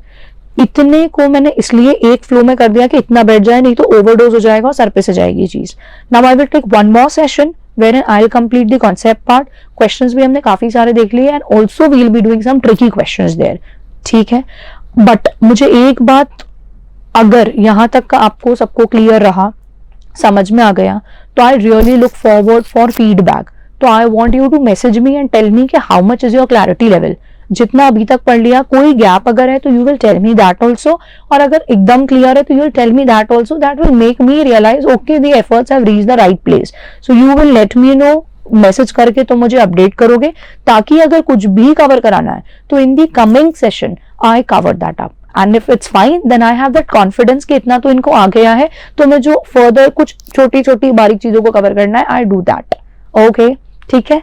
चलिए, अब आती है बात, आपको अकाउंट्स की प्रेपरेशन के लिए कुछ टिप्स एंड ट्रिक्स देने हैं। तो मैं वो टिप्स एंड ट्रिक्स के लिए मैं चाह रही हूं, मैं एक छोटा सा तुमको वीडियो बना के दे देती हूँ, एंड तुम उससे चीजों को कवर कर लो। Will that work? Will that work for you? ठीक है, चलो, ओके, ठीक है, ओके, ऑल राइट, डन, ठीक, बाय बाय एवरीबॉडी, ठीक, okay okay okay. Can you please send the slides? Do you feel that there is a need of the slides?